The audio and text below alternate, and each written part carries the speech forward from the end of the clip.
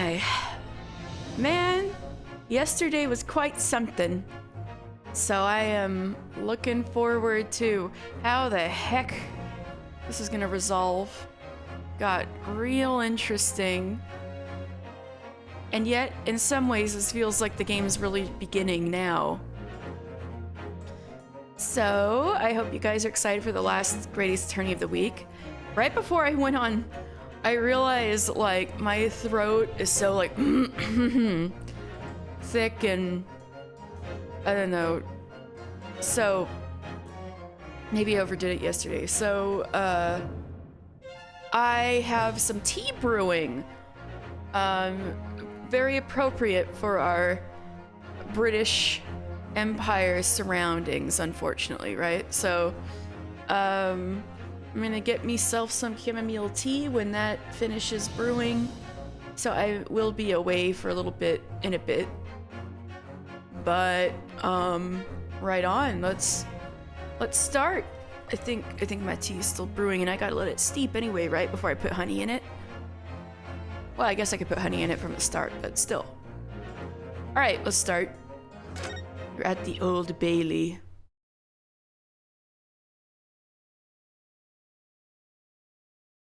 Right, we were just starting to cross-examine these guys. They're in the hot seat because I proposed that the victim was dropped into the carriage from the roof. And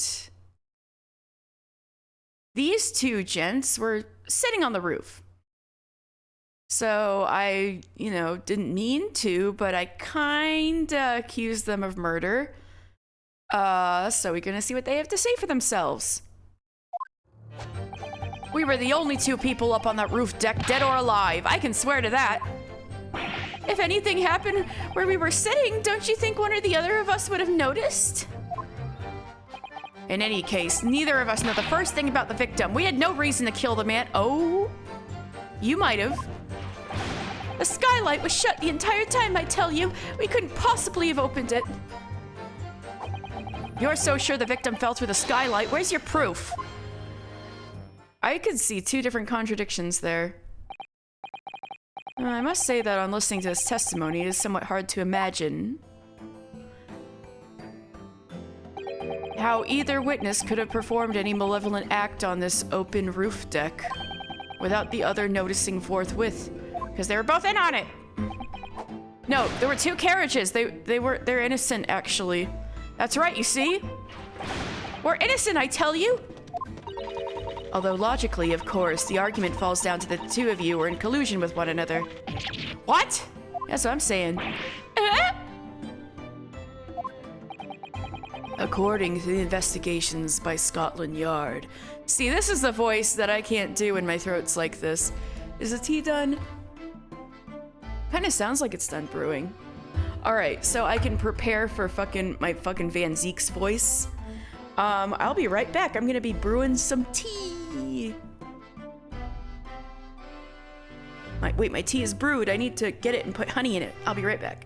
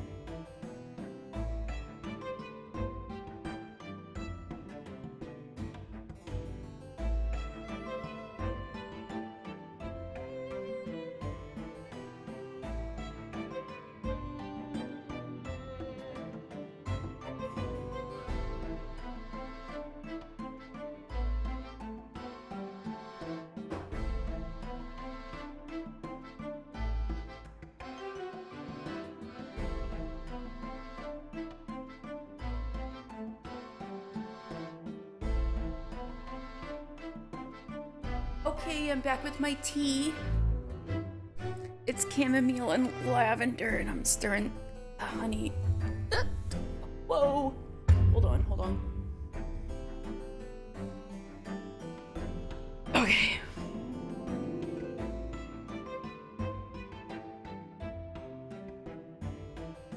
Here we go.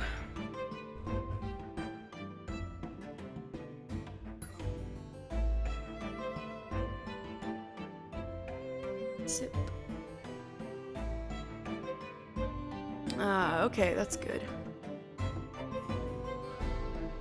Get my throat coated. Ah, all right. Let's do this, Van Zeeks. According to the investigations by Scotland Yard, the two witnesses share no common dealings. Ha! Well, I don't trust coppers anymore, and I trust the stinking rich. Well...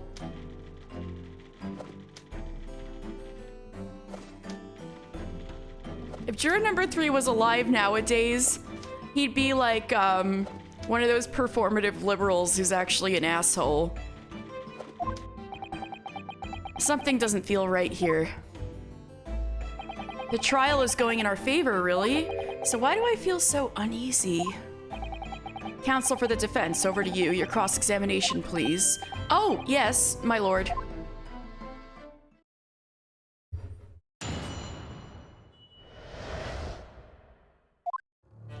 Because there were 2 carriages.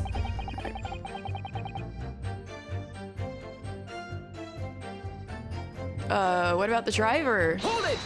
It's like every single thing he says is a contradiction. So at no time did the victim, Mr. Mason, try to climb up to join you on the roof deck. Absolutely not. Dickon! No question about it, he said. None at all. Oh, but yes, of course. I remember seeing them both. I saw the victim inside the closed cabin talking with this man here. Oh, these interactions are so funny. Is this true, Mr. McGilded? Dear me, my lord, at the risk of repeating myself, I boarded the omnibus alone and nodded off inside almost immediately. That's an outright lie. Without a doubt, you were engaged in... Let me stop you there, fella, and ask. Do you have any evidence at all? At all?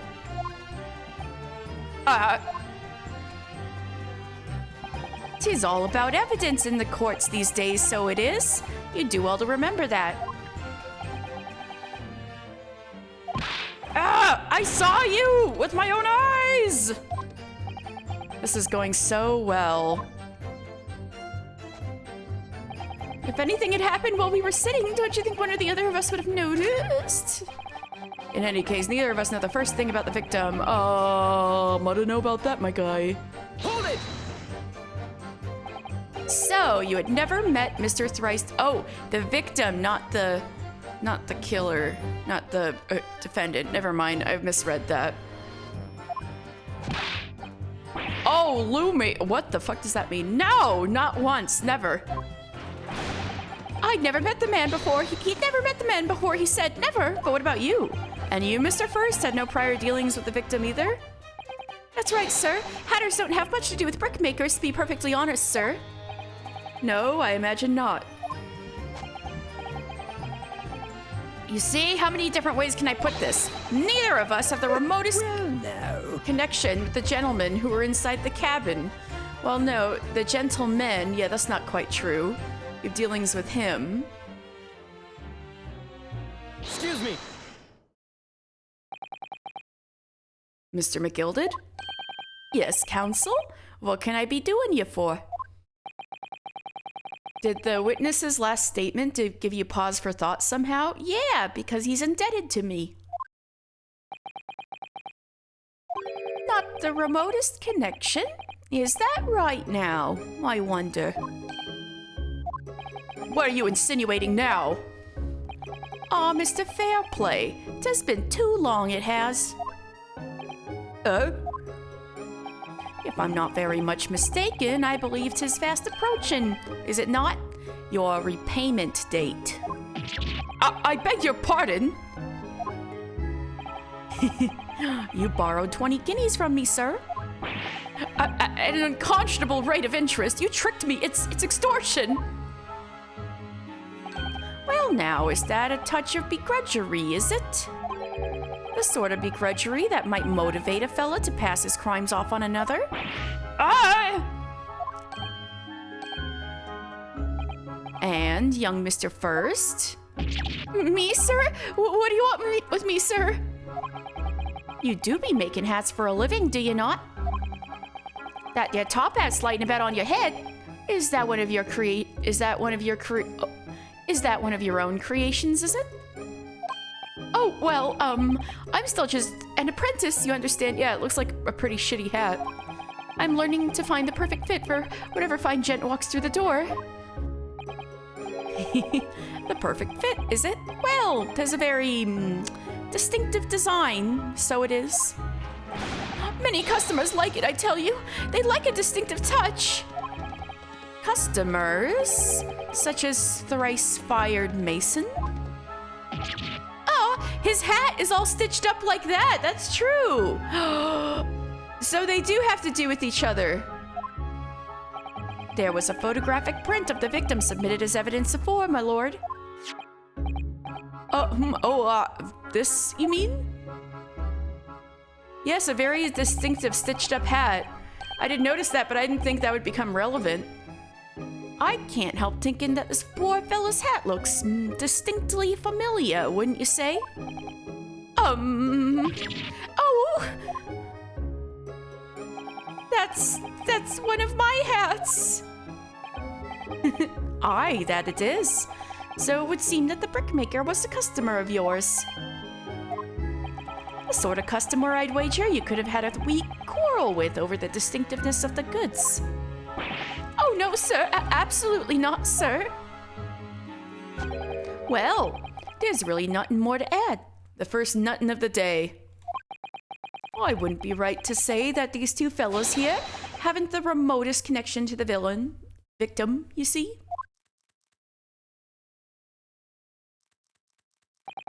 I rest my case. Oh, they're both sweating. You little weasel! Ah! He's better at this than I am. Yeah, maybe he would have done an okay job defending himself. Gosh, Mr. McGilded has certainly been thorough in his research, hasn't he?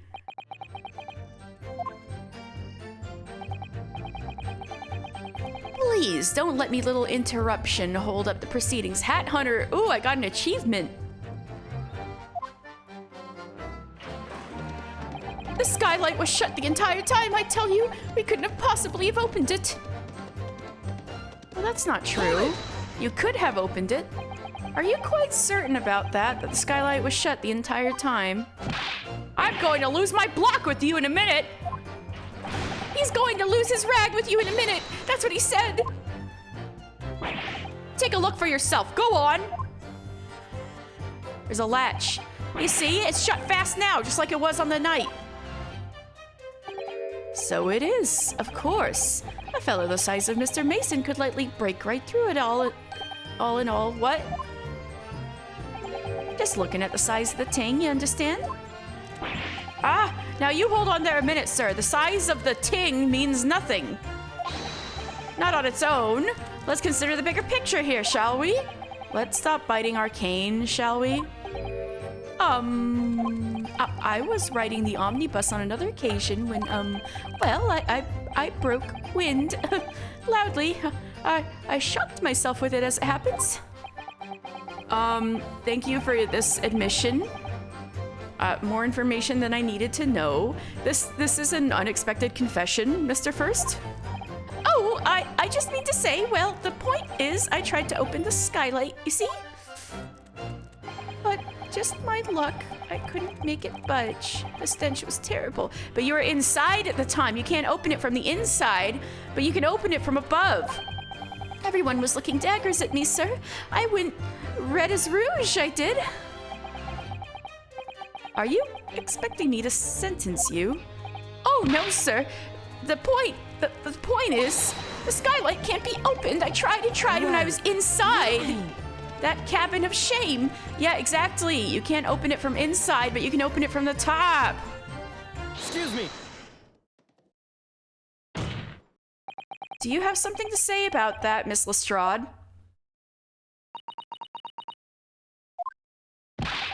Miss Lestrade? It opens. Hmm? The skylight. That's what we were talking about, right?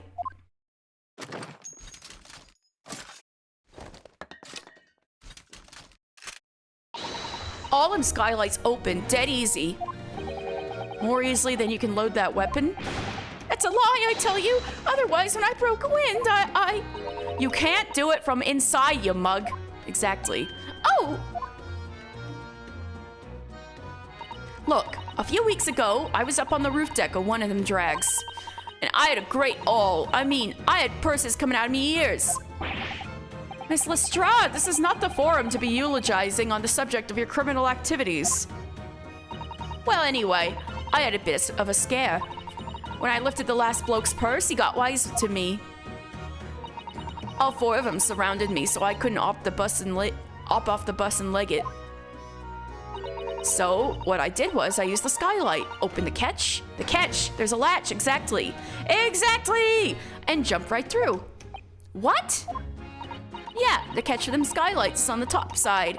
That's why you can't open them from the cabin. That's what I noticed yesterday.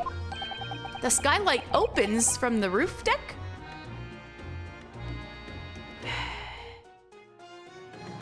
Okay, the only issue I have with the case so far is the fact that they get to this after you say the other entrance into the cabin is the skylight, because you would think you couldn't get in through there when you're looking at the thing because there's no broken glass, there's no this or that. The only way I was felt comfortable saying, oh, this is the second entrance, is because I noticed the latch on top. But they're only establishing that after the fact. Anyway. Bailiff! Climb up onto the roof of the omnibus at once and verify this witness's claims. That's the catch, that's the latch, that's what I noticed yesterday. Yup! Oh, I didn't know it slides open, though. Oh, my hat! What did he say? Oh, my hat! I thought it was gonna swing open. I didn't think it would slide open. Really is like a trapdoor. See?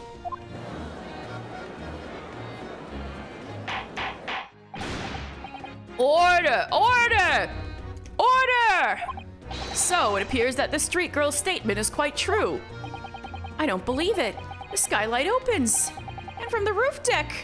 How were you going to argue that he dropped in through there then? If it didn't open? He's not he can't go through glass. Mr. Naruhodo, this could be the clue we've been looking for. Salutations. Hello, Sam. How you doing today? Well, counsel for the defense, please continue with your cross-examination. Yes, my lord. So, the skylight opens. Perhaps I should investigate for myself. I did plenty of investigating, but let's look at it again, I suppose.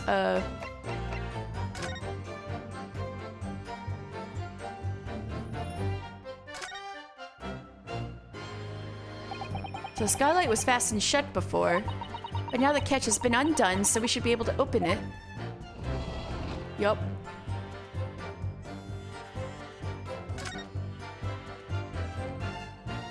You can certainly see inside the carriage through this opening, that's for sure. Yes, and there's a lamp in the enclosed cabin. So I'm sure the witnesses would have been able to see quite clearly. That's not good for us.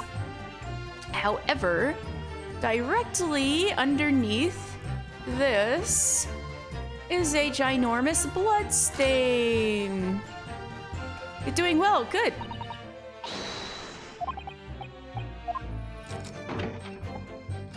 Directly underneath this is a... Oh, hold on!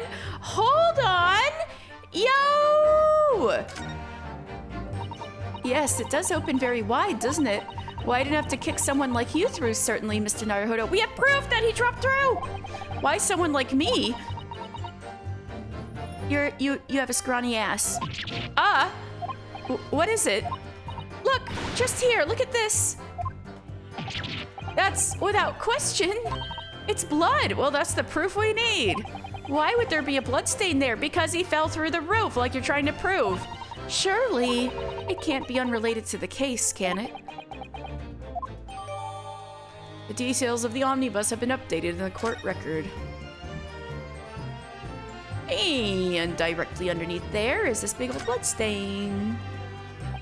That's the blood, isn't it? Okay, that's what we needed. Let's get out of here. Now, I believe that opens up a contradiction. I have proof! Objection!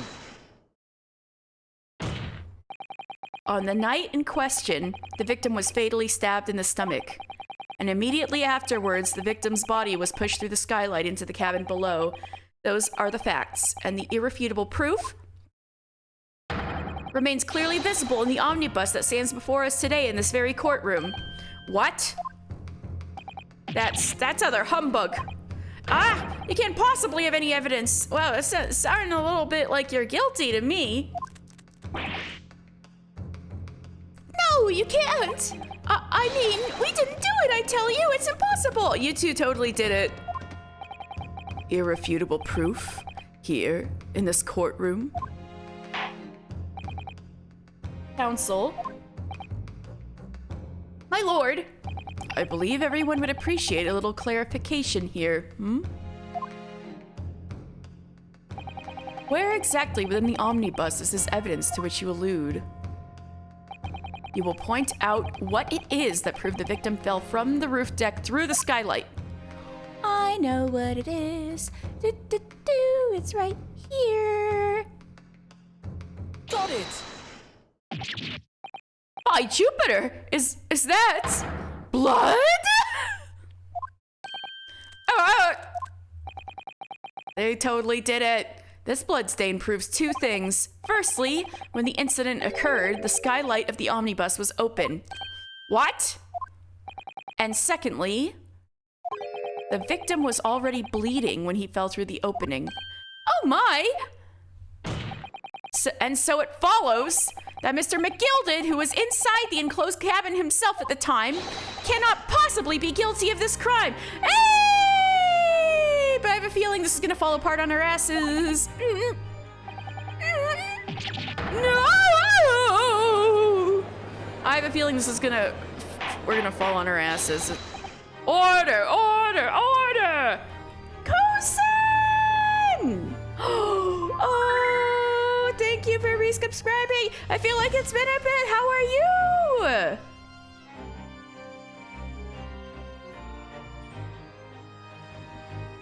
Hold it! Oh, his hold it. Hold it. But the blood could have sprayed up there when the fellow was stabbed inside the that's very far. And only found its way to that one particular spot on the skylight, sure. And that would be very convenient. And let's keep it in mind that the skylight catch can only be unfastened from the roof deck. I myself wouldn't be able to open it now, would I? But,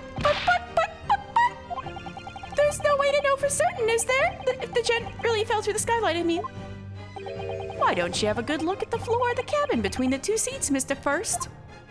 Yeah, he's pointing out what I've noticed this whole time. Doing good. Tired. You? Tired? I thought I'd be more tired because I was up for the FF14 live letter, but mercifully Yoshi P kept it short so I could get a decent amount of sleep. But I was, because it started at 3 a.m., I was like, oh dear God, right? Oh, Jackbox. Cool, cool, cool. For Saturday. Tomorrow. Oh, by the way, you guys, if you'll direct your site to the emotes, we have 2 new emotes. Yes! Oh my God! Just by sheer coincidence, I was about to shout you out, Lauren. Lauren, hi! You do have excellent timing. So if you will all direct your attention to the emotes. We have 2 new emotes. And they were done by our bomber here. And this is what I had prepared.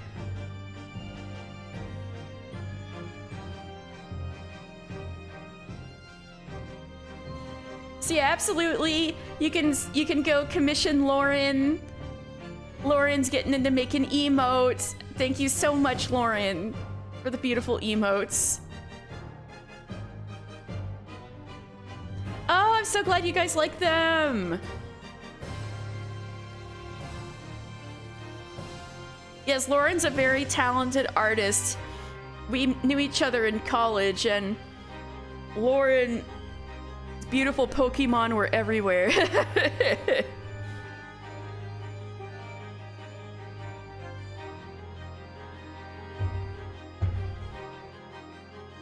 I still tell people about the desks. Yes, the desks. And you used whiteout as highlighter to highlight things.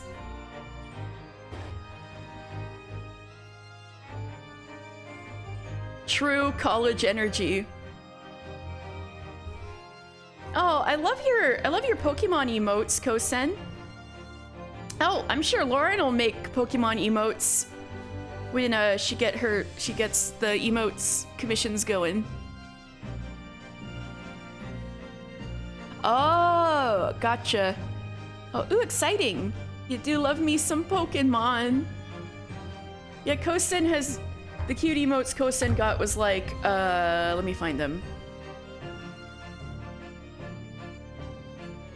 Why are they not coming up? Oh, my desktop's being silly. Or no, it's OBS being silly. I need to go on actual Twitch.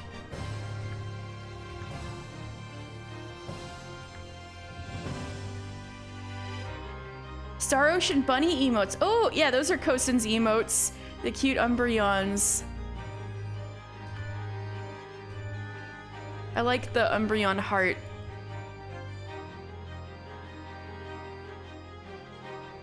I just realized I've been on this bloodstain for this entire time. Lauren, have you played Daegyukten Saibon?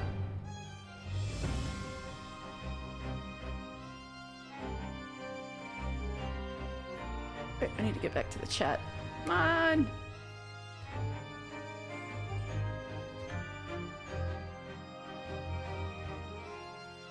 Channel. Yeah. Oh no, how did I... Chat.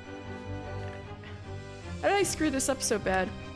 Oh, here we go. I got it. Oh, you haven't, so you might not stick around, but I want to drop in and say hi. Oh, well, I really appreciate it, Lauren. Thank you, and you got to see the emotes in action.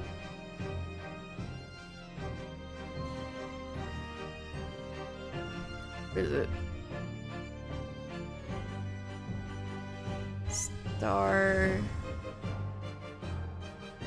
Oh my god, OBS is so silly with the emotes. Yes, the emotes. Thank you so much, Lauren. You have a great one. Thank you so much for the goomies. Thank you so much. Have a great day, Lauren. Goodbye. All right. So, it's of course, it's McGilded pointing out the evidence I had seen all along, not Ryunosuke, but all right, let's see. 'Tis all too plain if you see. There's the aftermath that shows the poor fella dropped from a fair height right there, so it is, directly under there. What? No! But it can't be. It's all lies! Hold it! My fellow jury members, I think we can all agree that this is clear proof of the defendant's innocence, can't we? I believe we can, yes, sir. It's clear to me now where the filthy rubbish can be found in this courtroom. So, they thought they could pull the wool over my eyes, did they?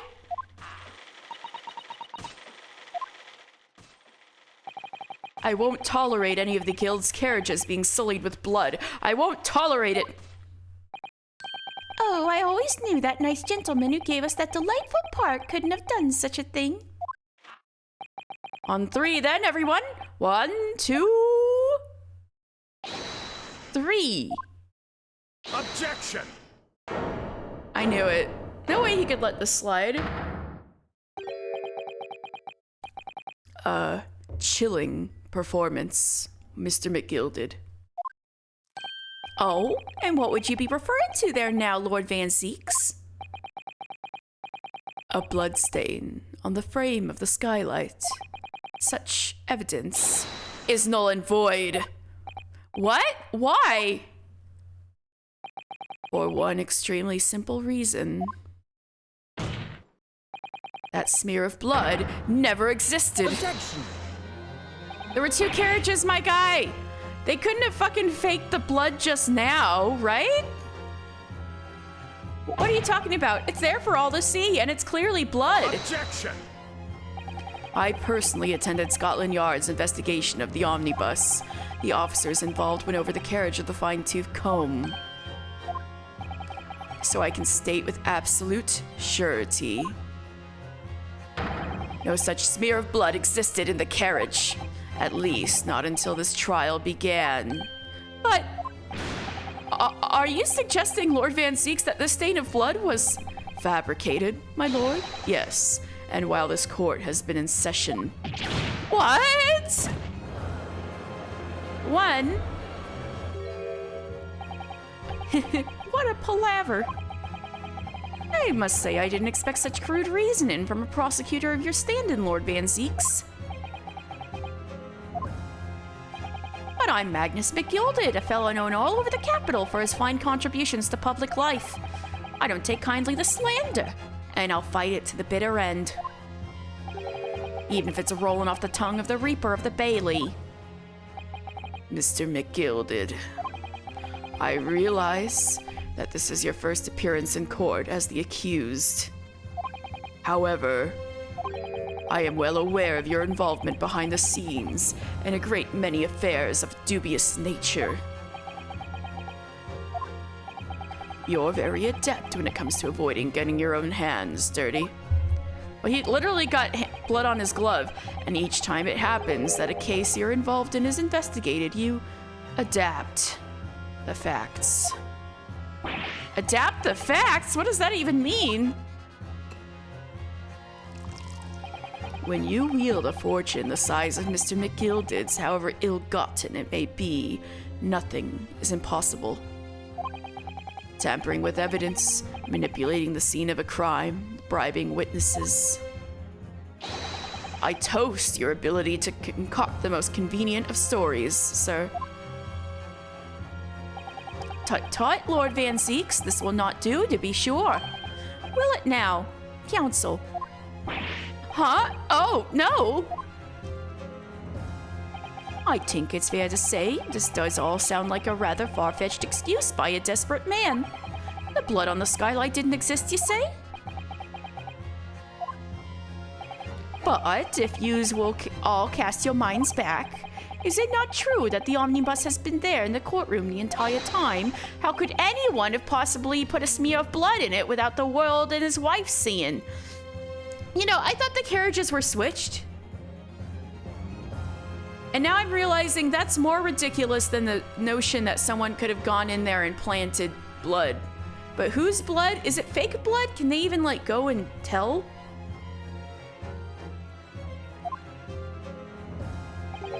With the smoke screen, I mean. Isn't that right now, counsel? It's true. The omnibus has been in full view the entire time that the court has been in session, except when there was the smoke screen. My learned friend. Here's to hearing your opinion on this matter in your own words. Fuck. We're this close to getting him exonerated, but Presuming this is period accurate with forensics, no. But if it was like stage blood, you could like put a finger in it and lick it, right? And you could tell if it tasted like cornstarch. They couldn't make sure the blood was human. Oh. Right, so if it was animal blood, they wouldn't be able to tell. Gotcha. Thank you for the information. As you wish. Could someone have tampered with the omnibus during this trial? If you're asking me, I think... Well, this is as painful as this is, as much as utterly painful as this is, I should tell the truth, right? Who's gonna lick it? Hello, Alone, how you doing? Pig's blood was often used in framing. Oh! That makes perfect sense. Wow.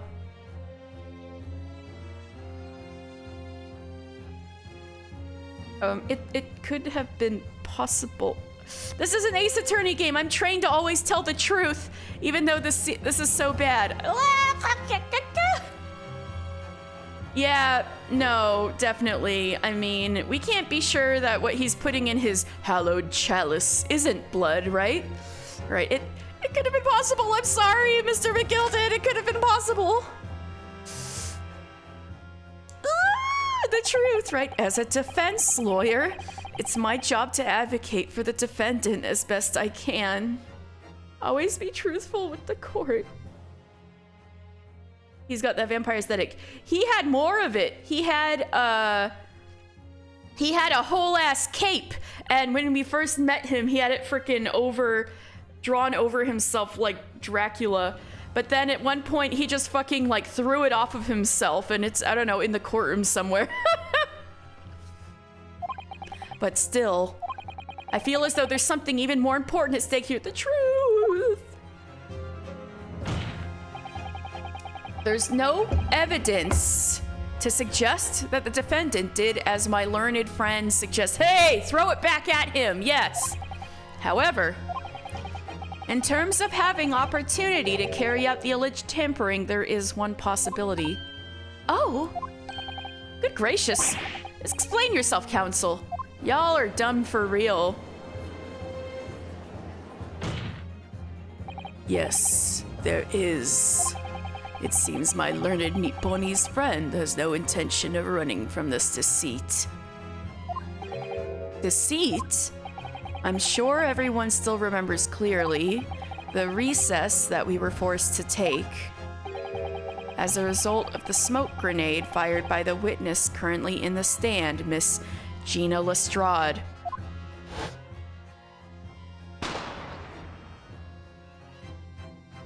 Yeah, that was shocking. What is going on? Be careful, Mr. Naruhodo. Cover your face. Bailiff, don't let those cues escape. Secure the omnibus. I hereby call an emergency recess. Bailiff, ensure the defendant is in custody and clear the courtroom. The courtroom was filled with smoke, and everyone was thrown into confusion. All of us were made to leave this chamber. In that brief interval under the veil of smoke and in all the chaos, it could have been possible to steal inside the omnibus.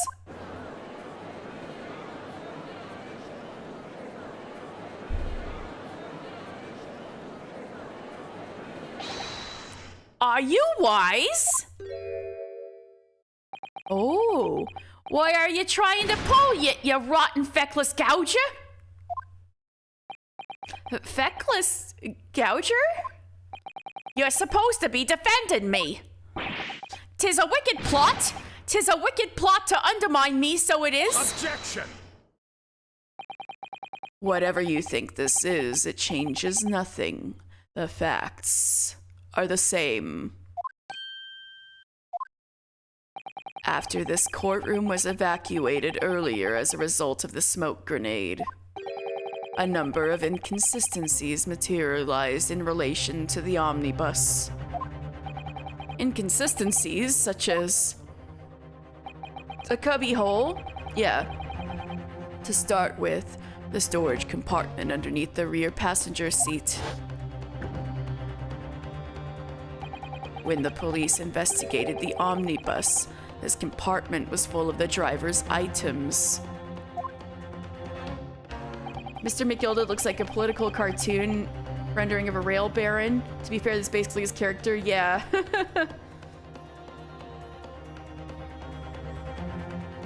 But it looks like he's more into, he's like a loan shark philanthropist is kind of what they're painting him more as. Just like he's painting this blood. Secondly, we have the smear of blood on the edge of the skylight. As I have said, that was not present at the start of the trial this morning. Unfortunately, Lord Van Zeeks, no one is able to corroborate your claims. I could. That's true. When the omnibus was first wheeled out, both the strange compartment and the skylight were shut. Accordingly, I'm afraid to say we cannot establish with any certainty if this evidence is the result of tampering or not. Indeed, my lord, no doubt there was not a single person who saw fit to verify such things. What do you think? Sorry? About the omnibus. Is there anything else unusual about the omnibus? Let me think. There was the blood stain.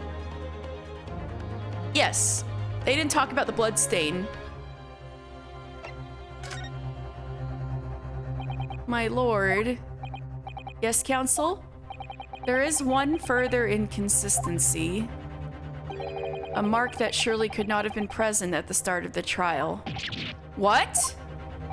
What in the devil's name are you going to say now? If you dare to betray me, you little maggot, you'd better start watching your back. Basically a rail baron without the railroad, yes. Silence, McGilded. The court awaits the defense's clarification. This trial keeps swinging one way and then the other. I have no idea what's the truth and what's deception. What am I supposed to believe here? I shall have to ask you to elaborate, counsel. Where exactly is the alleged mark you claim appeared at some point during the trial? This. Got it! If we consider that the victim fell through the skylight onto the floor of the cabin, you would certainly expect to find signs of blood where he landed. But as far as I recall, this blood stain on the cabin floor was not there when the omnibus was first brought into the courtroom. Good lord!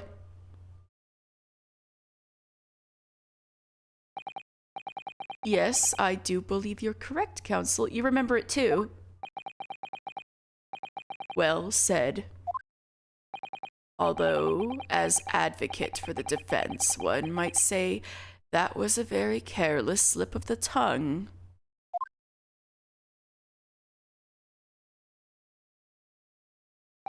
I believe that bloodstain on the floor is a decisive piece of evidence.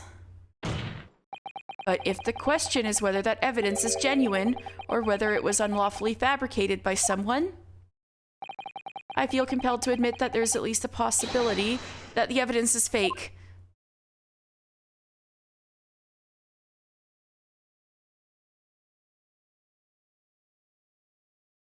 Oh, cool. Ah! This trial is over. Mr. McGilded? I've done everything I possibly can to cooperate with the court, but 'tis all over now. But you're the defendant. What? 'Tis over, I tell you. Oh, I'm sorry. Yikes. I'm sorry.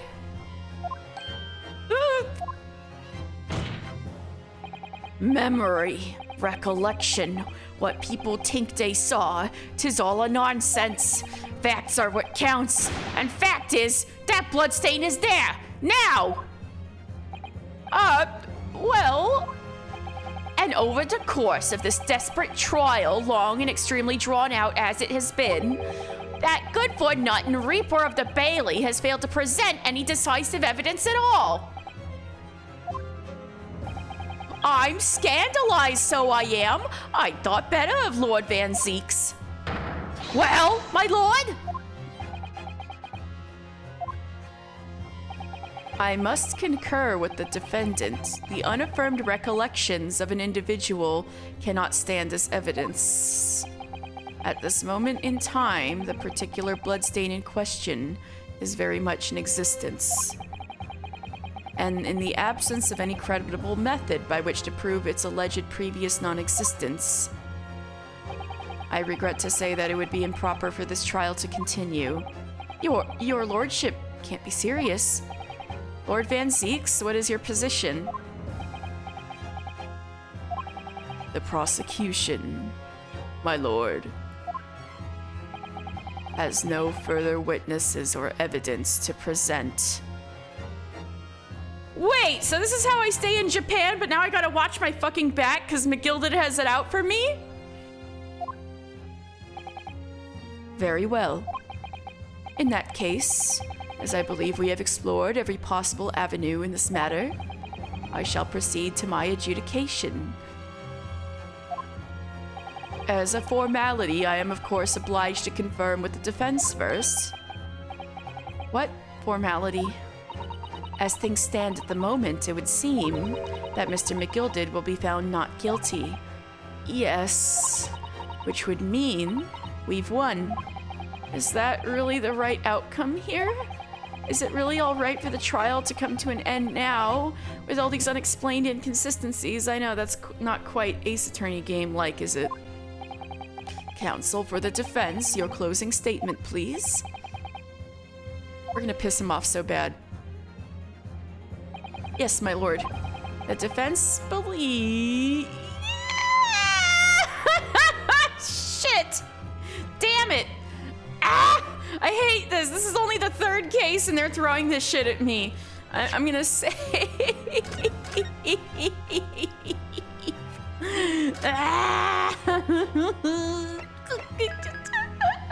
This is painful.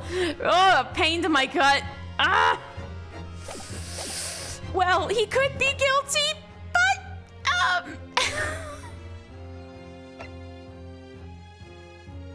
believe in your client is the other thing that they say, the Mia Face says. So, the defendant is innocent, but I want to explore the truth,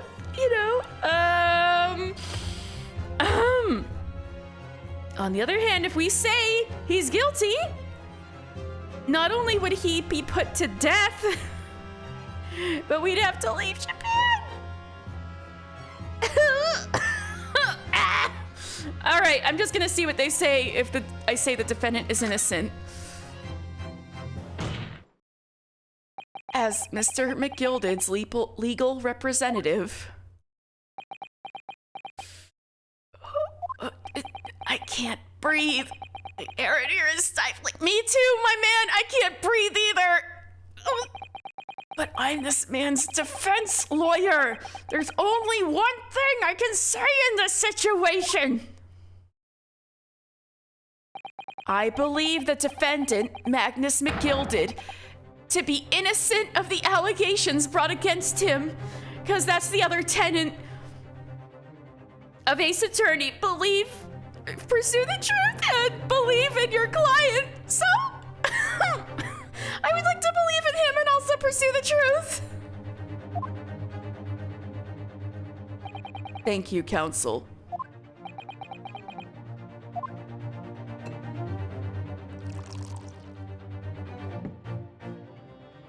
Ooh, that was intense. This is only case 3. What the fuck? Here's to you, my Nipponi's friend, and the most abject closing I've yet to hear in a court of law.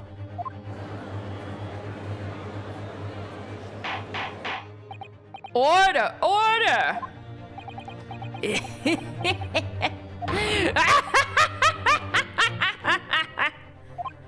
Oh, 'twas a grand decision to appoint you as my lawyer, so it was a grand decision.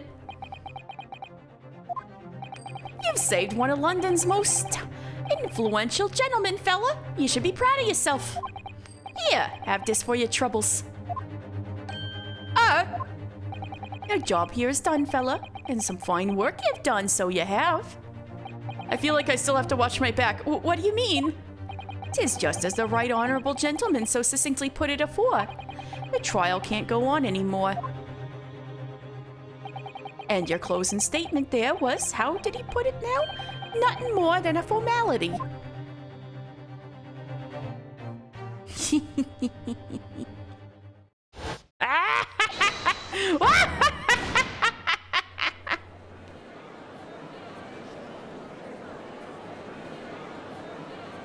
God, I'm sweating. I really don't know what to make of all this. Was the evidence we've seen genuine, or was it fake? His lordship would be fuming. Any unsightly rubbish should be disposed of promptly, as I said. Wait, maybe the jury, it's up to the jury. So maybe they'll make the trial continue.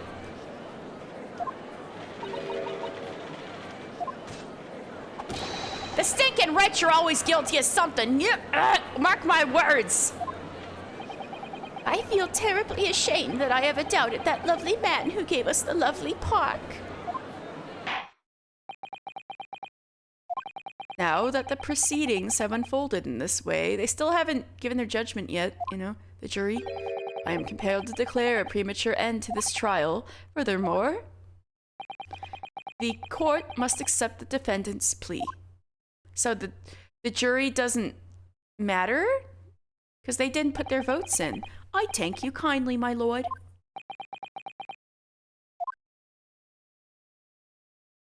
I hereby pronounce the verdict of this court. Objection! But we still haven't determined if the bloodstain in the omnibus is genuine or not. We don't know if these witnesses are telling the truth or a pack of lies. We have no idea about the truth. Lord Van Zeeks. My lord.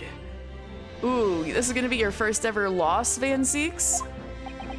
The case made by the prosecution was flawed, plain and simple. And if indeed the omnibus presented as evidence was tampered with, the prosecution is at fault for allowing such a disgraceful perversion of justice to take place. That is true. True. It's on the prosecution and the police.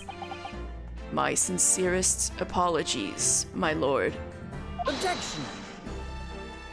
But wait! When we were evacuated from the courtroom, Lord Van Zeeks ordered the evidence to be secured. I'm afraid the prosecution cannot shun responsibility in this matter. That's so unfair! The culpability of the defendant has not, at the present time, been established by this court. Consequently, the jury will not be required to proffer judgment. Oh, so that's why. What? Well, Lord Van Zeeks, it's been a pleasure, so it has. And as for you, my dear fella, I couldn't have asked for a better defense. Do you mean to tell me this has all been a grand waste of time? Yeah, all of you jurors couldn't even do anything in the end.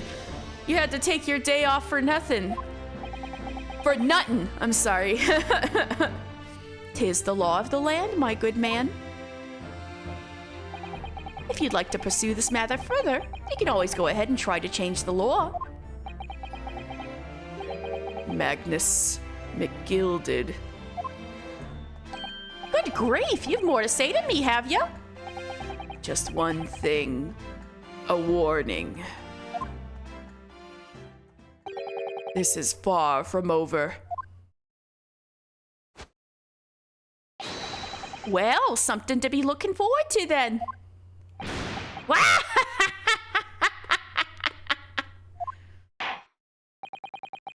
I hereby pronounce the defendant, Mr. Magnus McGilded, not guilty. Wow, this is the most, like...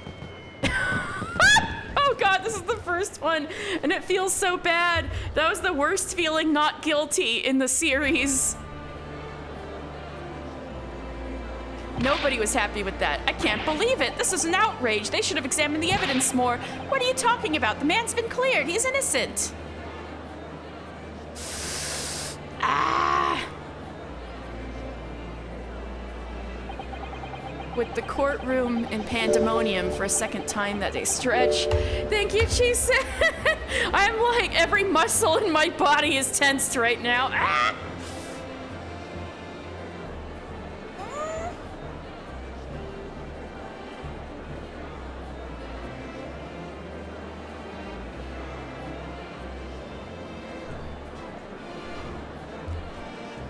Yeah, my friend Lauren was just here and made the emotes. So big thank you to Lauren. You can find Lauren, who made the Gumi emotes, and commission info here. She's gonna be doing emote commissions in the future. But yes, I love my new Gumis so much. I hope you guys use them well. Blushy.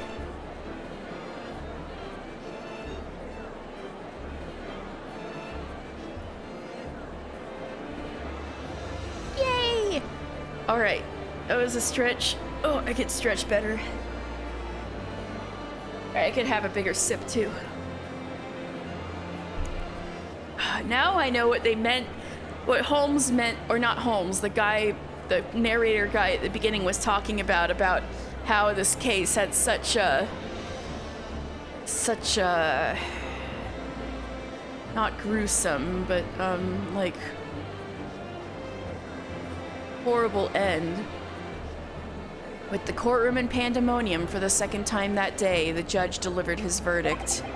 And my first ever trial in Great Britain came to an abrupt end. Well, at least you passed your lawyer test. You can practice law in Great Britain now. With the defendant being found not guilty, ostensibly a victory for us.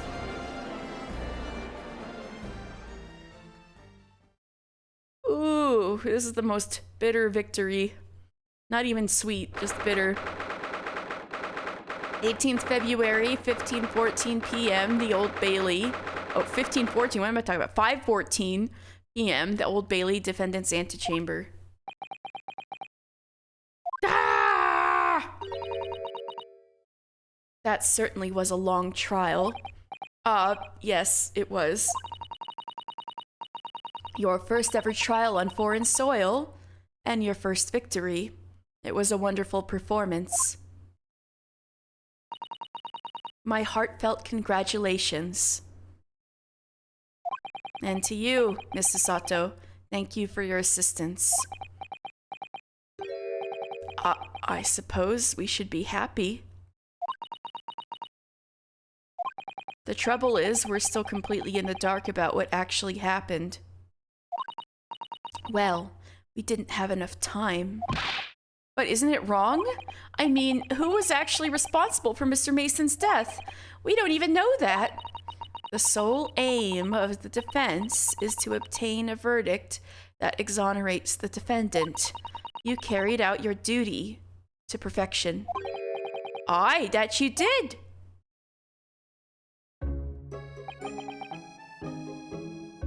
Mr. McGilded. Ah, and that girl is with him too. Well, it seems the stories are true. Oh, what stories? About the 6 enormous fireworks they do be letting off when there's a verdict of not guilty.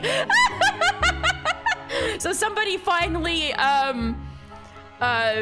acknowledges that. I'm sure yous must have seen them now. Spectacular, wouldn't you say? Yes, definitely. I'd heard it was a sight to behold, and to be sure it was.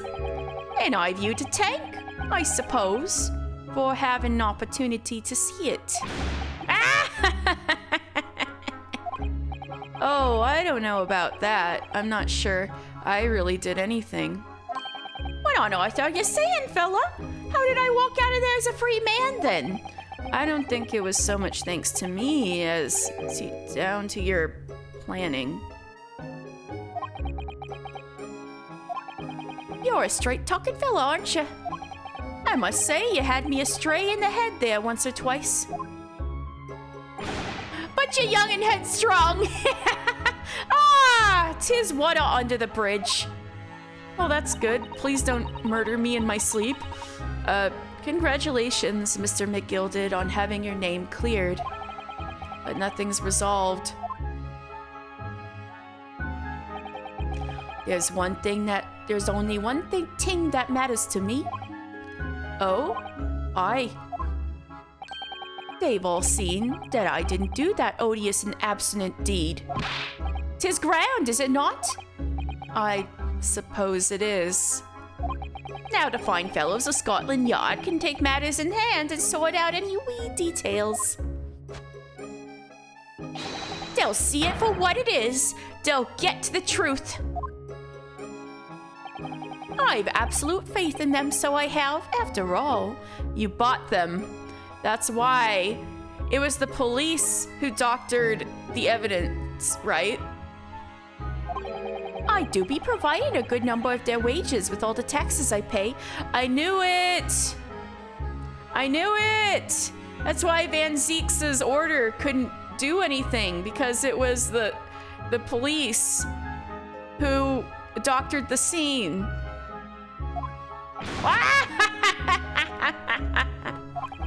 It's not that funny. So then, as we agreed aforehand, 1,000 guineas for your troubles, fella. Oh, no, I couldn't possibly accept that much. Ara! Bewitched? You're a humble people, are you from the East? Well, if you insist. But have this. Still in all, you deserve a reward.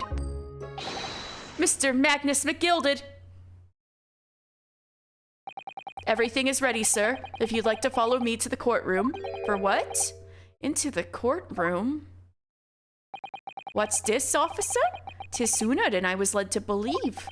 I hope it's not inconvenient, sir. There were some changes to the schedule. I knew he was controlling the police. Well, I must be making tracks now. What the fuck is going on? 'Tis time for the inspection. Sorry? What inspection? They're going to examine the omnibus again, so I'm told. I asked if I could be present for it myself. Could we be present too? They're going to examine it again? Now? Naturally, I'm under no obligation to take part in any more of this matter now. But as an upstanding member of London society, I do be doing me best to help where I can. 'Tis a gentleman's duty, so it is. So then, fare thee well. 'Twas an absolute pleasure meeting yous. I hope you have a whale of a time while you're studying here in Great Britain. Can we go with him? We're his lawyers. And there he goes, a free man. Gina. Oh, I forgot she was here too. God damn it. You know, the amount of time it takes you, don't move. Whereas I want to say, get a move on. She really does take forever to load that thing. Miss Lestrade, would you mind putting that thing down? You're a grown-up. Sorry. And I ate all grown-ups. Ah, there you are. Oh, it's her! This is the first time I'm seeing her. Naughty, naughty, running off like that. Is this some kind of picnic? Who is this little girl now? I know who she is! She's finally showing up. She is in this case. And taking that with you as well. I was looking forward to the trial run of my experimental smoke grenade launcher. It was yours? You didn't steal it from the military? I should have known because of the fucking, like, flower... Not flower, but, you know, the four-circle kind of design on the side is the same shape as, like, Herlock's goggles. I should have known. Ha! There's her own. Oh my god, so cute. Oh, do you want to play? You won't beat me. Excuse me, but who are you? Oh, good day to you. I am, well, the inventor, I suppose, of that machine. The inventor? Well, normal smoke grenades are so dull, don't you agree? White, white, and more white.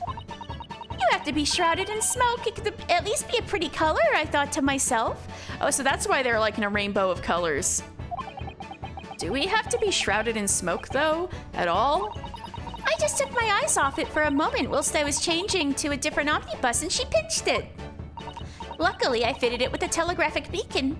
You had already invented tracking technology through telegraphs? What's it what? I have no idea what this girl is talking about.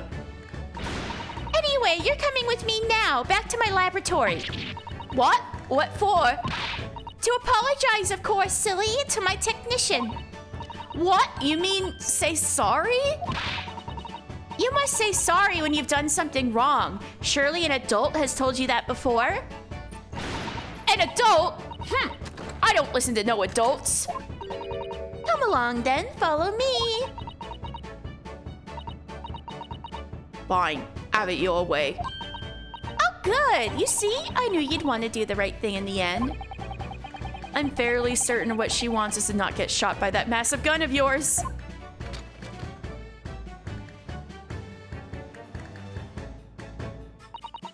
We'll be leaving now then. Bye-bye. I'm so sorry for all the fuss. I love her. She was a lively one. Well, do you think perhaps we ought to be on our way too now? Yes, you're right, but where to? Oh! I feel like we should go back to the Lord Chief Justice's office to be like, hey, we did it. We haven't had time to find a place to stay. No sooner had we arrived in London than we had to rush here. Oh, it's 5. He might even be gone for the day. All our traveling cases are still with the bailiff. I was originally planning to spend today in search of lodgings, but at this late hour in the day, I'm afraid we may be out of luck. We sleep on the couch in the courtroom. Don't worry though, I have a plan. If the worst comes to worst, I've heard of a lovely park where we could spend the night. Oh God, please tell me you're not thinking of McGilded Park. I know it may be a little chilly at this time of year, but our youthfulness will see us through. I'm not so sure about that. I think a midwinter London night would freeze a young person solid just as easily as an elderly one. Oh dear.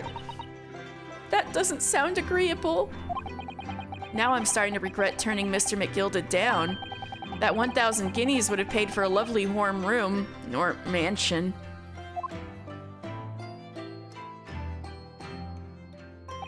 And so,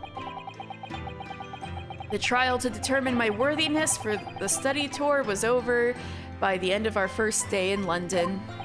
However, as we were soon to learn, there were more trying times ahead. This man can never catch a break. Just as the Reaper of the Bailey had warned, the case was far from over. I knew we were going to explore this more. Ooh. What's going on? Get the fire brigade! Ruh-roh. Bring water, quick! It's on fire? How did this happen? I don't know, sir. By the time I got here, it was already engulfed. This is what you get. No one was supposed to be allowed in here before we started investigating. Oh, fuck. Someone's stuck in there? Oh, good God. There's someone in there.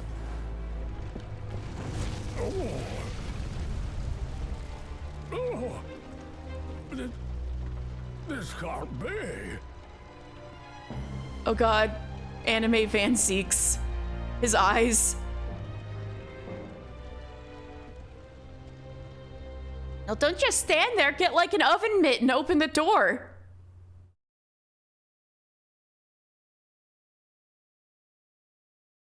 Is there someone trapped in there?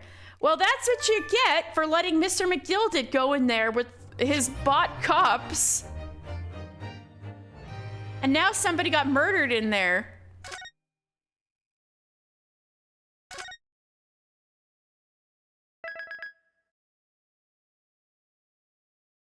Adventure of the Clouded Kokoro.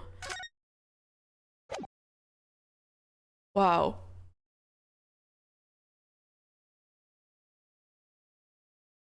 This is like the Clouded Kokoro. Oh.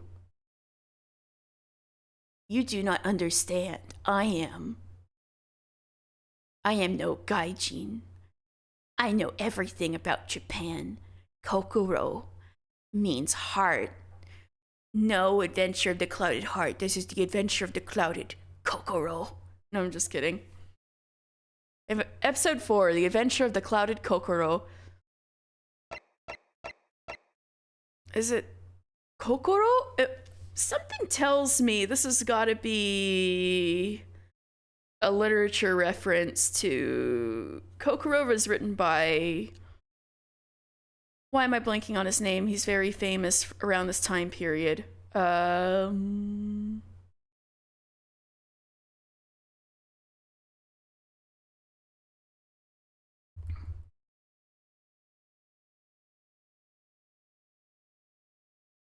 Yes, Natsume Soseki. It might be a reference to Natsume Soseki, who is an extremely famous writer around this time period. But we'll see. We'll see what Kokoro means.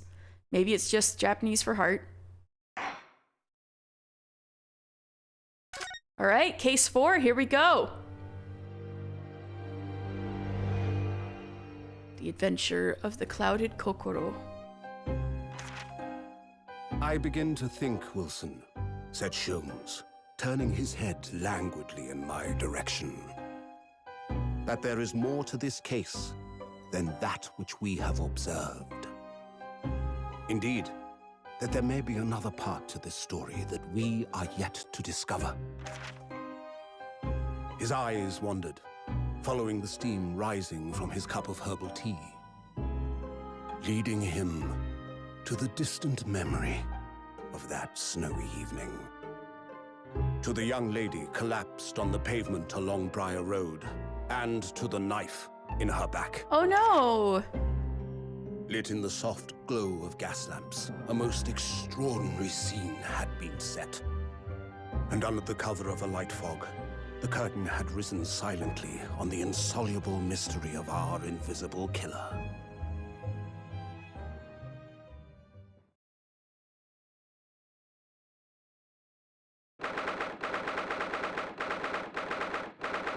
February 9:47 a.m. British Supreme Court Lord Chief Justice's office. Did you sleep last night, Mr. Naruhodo? No, not at all.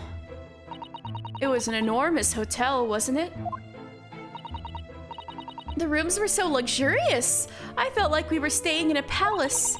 And with all the gas lights twinkling, it was brighter than day, even in the middle of the night. What about the enormous beds? After my time in the SS Bury, I wasn't gonna waste a single inch of that space. It was all spread out, every limb in all directions. I spent the entire night rolling from one side of the mattress to the other. Oh yes, it really was the sort of night you can only dream of normally, but you couldn't sleep, except when I learnt that we owed £3 for the rooms, that dream quickly turned into a nightmare. If only you'd accepted the 1,000 guineas. Oops, sorry about that. The building was so impressive and the entrance so inviting, I just wandered in without thinking. In a lodging house in Japan, that sum of money would have put a roof over your head for a whole year. I did try, but I'm afraid I couldn't help my tears when we were presented with the bill. Oh, I'm so sorry. Oh, I really am sorry. Well, never mind. We must find some more affordable lodging straight away, though. How much money do y'all have left? If we're not careful, our entire stipend will be used up in 10 days or less. London is a scary place. It's still expensive now, right? Ah, good morning to you at this early hour. Is it him? Oh, oops. Yes, it is him. Top of the morning to you, intimidatingly. Yeah, oh, yes, well? Good morning to you, Lord Chief Justice. We have come to report on the outcome of the trial at the Old Bailey yesterday. Susato-san is amazing. She doesn't bat an eyelid, even in the presence of the imposing Lord Strongheart.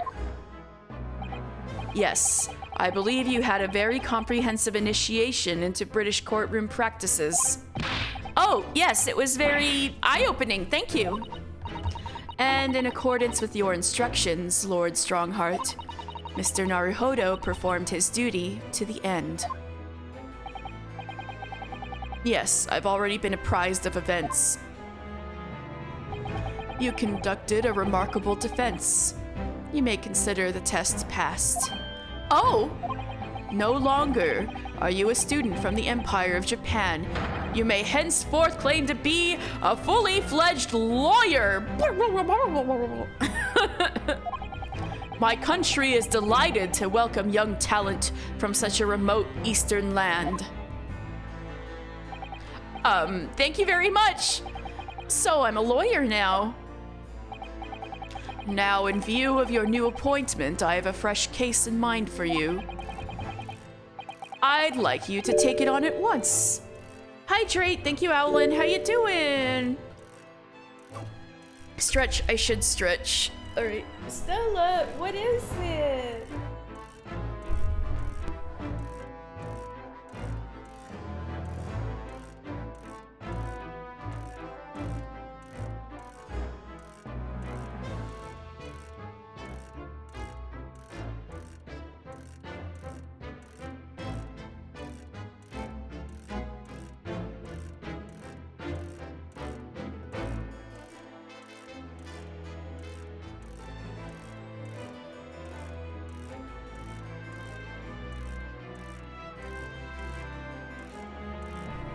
All right, good stretch. Yes, look at the new emotes. Good. Yes, there's 2 new emotes, courtesy of my friend Rock Bomber. More examples of her art and commission info are here. Thank you so much to my friend. Yeah, I'm so glad you guys like them. Yay!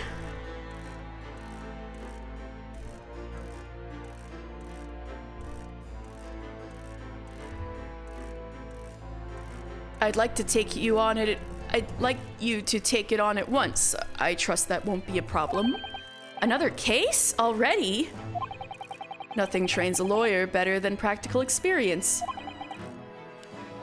I'm sure I don't sense dissatisfaction, do I?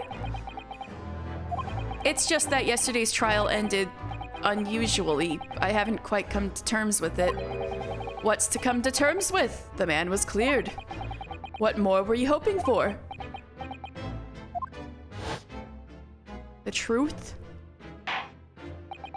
The culpability of the defendant has not at the present time been established by this court. Consequently, the jury will not be required to proffer judgment. Well, Lord Van Zeeks, it's been a pleasure, so it has. And as for you, my dear fella, I couldn't have asked for a better defense. So this will kind of catch you up on what happened. Oh, unless you don't want to be spoiled.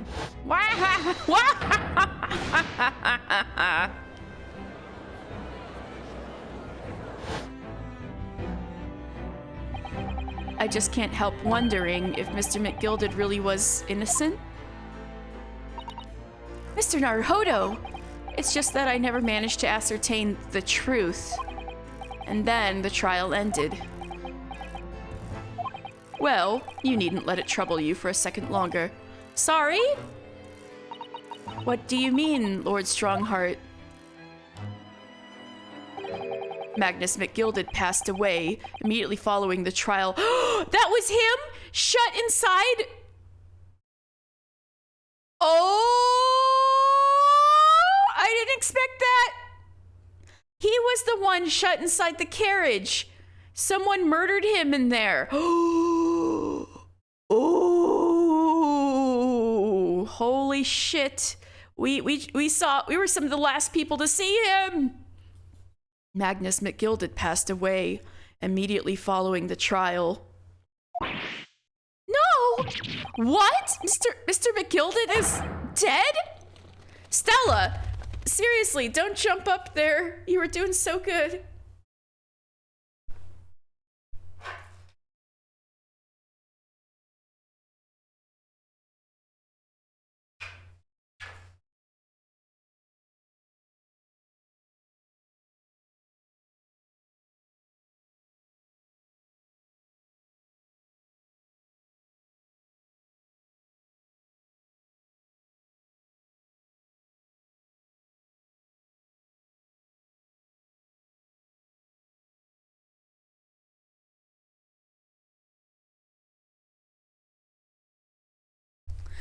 Sorry about that.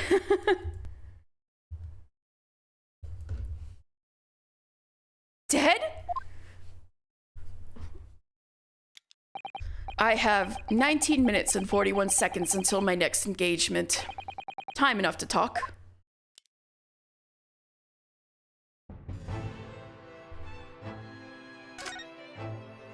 All the pets for Stella when she's being a good girl. Oh. Well, if you jump up here, that's not quite as bad as jumping in front of the screen. All right, I'm gonna stretch the microphone this way and stretch my hand the other way to please her. I'm multitasking.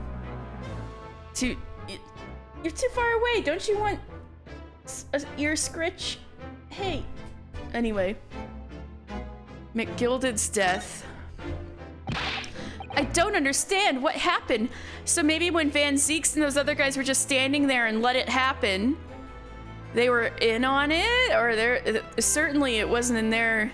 all right. I don't understand. What happened? How can he be dead? After the trial concluded yesterday, there was a great commotion in the Old Bailey. As you'll presumably recall, an omnibus had been wheeled into the courtroom. Yes, of course, that was the scene of the crime which Mr. McGilded had been accused of. Precisely. Well, while the bailiff's attention was diverted by some other matter, the omnibus went up in flames. No. How could such a thing have happened? That is being investigated as we speak, but already... The police have identified a corpse found inside the charred shell of the carriage as that of Mr. McGilded. That's awful! The man must have slipped inside whilst the bailiff's attention was elsewhere. That bailiff really needs to pay more attention. He was in on it. And how could that have happened? That is also being investigated as we speak. Thinking back now... Stella! I was giving you scritches! Why are you jumping in front of the screen again?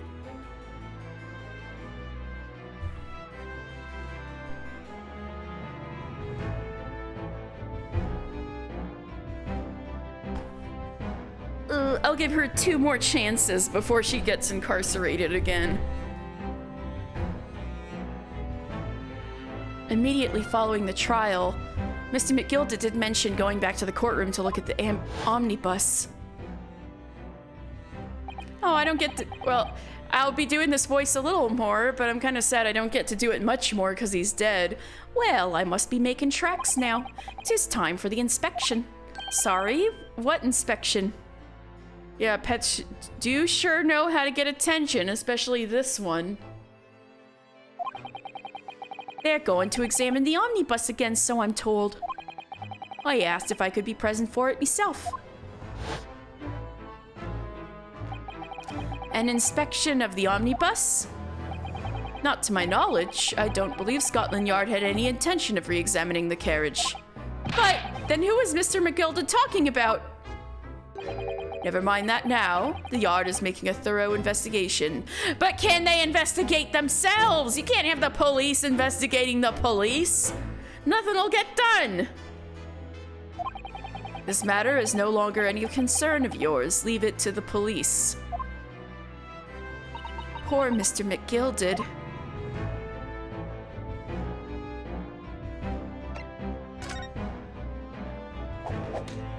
So, how did you find your first taste of our country's Supreme Court?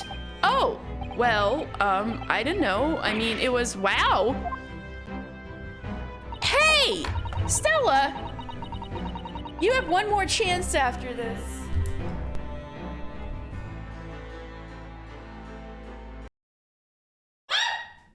What happened? Oh.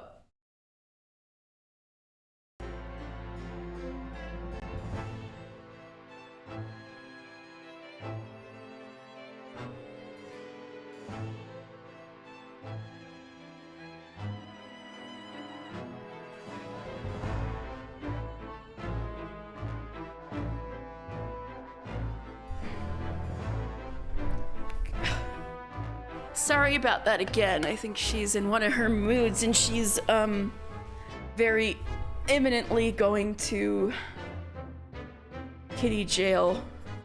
Cat arrive. Mr. Naruhodo means that the whole experience was steeped in the solemnity of Great Britain's long history. It's really a world apart from our own judicial system in Japan, which is only a few short decades old. Wow, Susato-san has such a way with words. And you seem to have a way of failing to find the right ones. She can always read his mind. The judicial system here is the most advanced in the world. Learn all you can. The most advanced in the world, is it? Then what about all that bullshit that happened yesterday? It was fortunate that your very first trial was it was anything but simple. Simple? That was simple. As I believe I mentioned yesterday morning, it was a trial you couldn't lose. You knew? I don't mean to be contrary, Lord Strongheart, but the case was anything but simple. The circumstances of the case were so incriminating, I was stunned when I first heard them. Yeah, because you said it'd be simple, that I couldn't lose. Yeah. In fact, I'm still finding it hard to believe that we managed to get a favorable verdict. Is something funny? No, my apologies. However, the fact is that you did receive the not guilty verdict you set out to achieve. He knows what's really going on! And that can only be attributed to an exceptional talent. Wouldn't you agree? Well, I don't know about that. Well, never mind. You exceeded my expectations, I freely admit. That much, at least, is an undeniable truth. Which is precisely why I've prepared the new case for you that I mentioned before. What's going on? What was he going to say before? Yeah, what about this new case? Could you perhaps give us some more details about the new case you mentioned? Don't tell me it's a murder and the trial starts in 10 minutes. I believe it's one of the two. Definitely a murder. Don't worry, it's nothing so alarming or quite so urgent as your last assignment. I don't believe you. In fact, this case is completely different. I don't believe you. Oh, I see. Did he just read my mind? I mean, Susato can do it. Why can't he? That is to say, no one has died. As yet. Excuse me? And the trial will not be today. There's plenty of time to research the case thoroughly. Finally, it's case 4 before we actually have investigation and court phases. This is wild. It's like we had one case that was tutorial, one case that was all investigation, and then one case that was all court. So now we find in the 4th case we finally have the hybrid. It's gonna turn into murder though. These always turn into murder, even if it's like not murder at the beginning. 23 hours, 43 minutes, and 19 seconds to be precise. So the trial's tomorrow then. Is everything all right? Oh, yes, I'm just a little confused, that's all. Yesterday's trial was... well, it's left me wondering if I'm really cut out for being a lawyer. Oh, Mr. Naruhodo. I don't know if I could face standing in that courtroom again after Mr. McGilded's trial. Ah, yes, I nearly forgot. There is one similarity with yesterday's case. Once again, there is currently no one to advocate for the defense. Don't tell me! I'm gonna be against Van Zeeks again. Oh! If the situation remains unchanged, the trial will start tomorrow with the defendant unrepresented. And if that happens, I need not remind you of the inevitable outcome. The most terrible end awaits the defendant. Yes, that's right. Here we go again.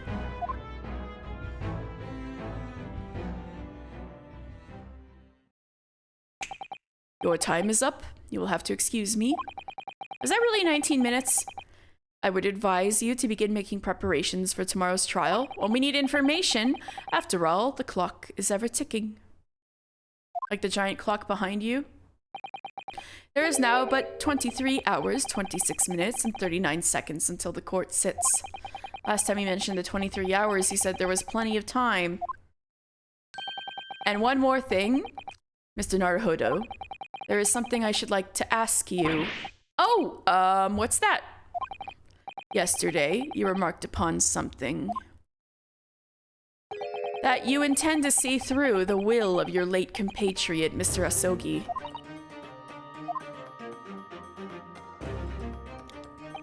I would be interested to hear what exactly you mean by that. Inside 34 seconds. Oh, well, Kazuma always used to say, you see, that he wanted to learn how the greatest justice system in the world worked so he could change ours in Japan. Now that he's gone, I'd like to work towards that myself. And there's another thing. Oh. Another thing? Continue. On the way here, on the steamship, he said something to me. There's something very important that I have to do. Something very important? And what exactly would that be? He never had a chance to tell me. I suppose he would have done if he ever made it to Great Britain. You're out of time. Well, thank you for an enlightening discussion. Mr. Naruhodo, what's all this about? Mr. Asogi never once mentioned anything of the sort to me. Well, I'm his best friend and gay lover, and not you. I urge you both to focus your attentions on the matter at hand. I've taken the liberty of summoning the police inspector in charge of the case. He'll be able to apprise you of the details. How long has he been there? He looks extremely British. So, I wish you the best of luck and bid you farewell.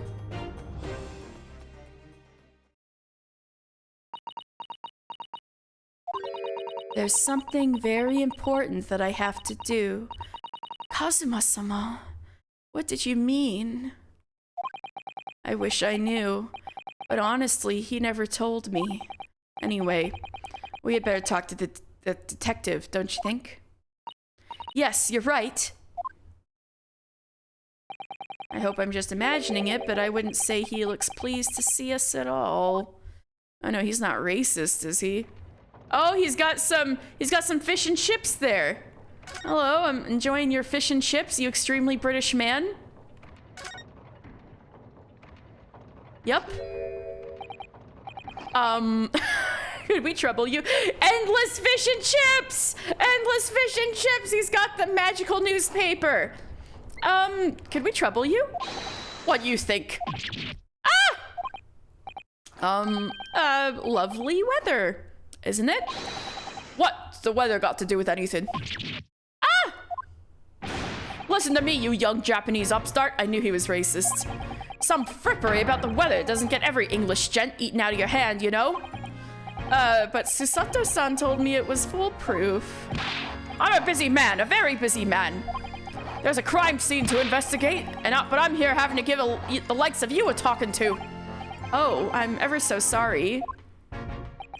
Can you imagine what the other officers there will be saying, Haven't seen Gregson anywhere, have you? No, he's too busy with the bigwigs these days. And all because of some bumpkin who's here on a jaunt from a country I've never even heard of. Hear that ripping sound? That's my reputation at the yard going to tatters. There's no need to rip us apart as well. I don't believe we've been introduced. This is Mr. Ryunosuke Naruhodo, a defense lawyer. It's a pleasure to make your acquaintance. I'm Mr. Naruhodo's judicial assistant, Oh no, you've got a crush? Ew, she's 16! Get your paws off her! It's lovely weather we're having today, isn't it?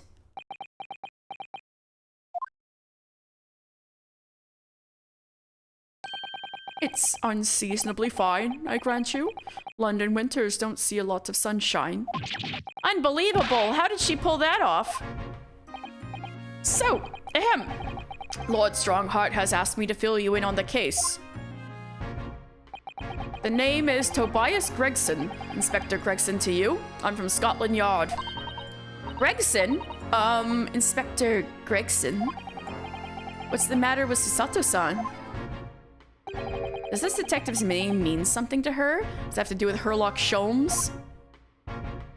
He has no chin. Inspector Gregson. Inspector, are you perhaps the Inspector Gregson? Munch. You're acting like you know this man, Mr. Sato, but he's a London detective. Oh, I do know him very well, in fact. Very well?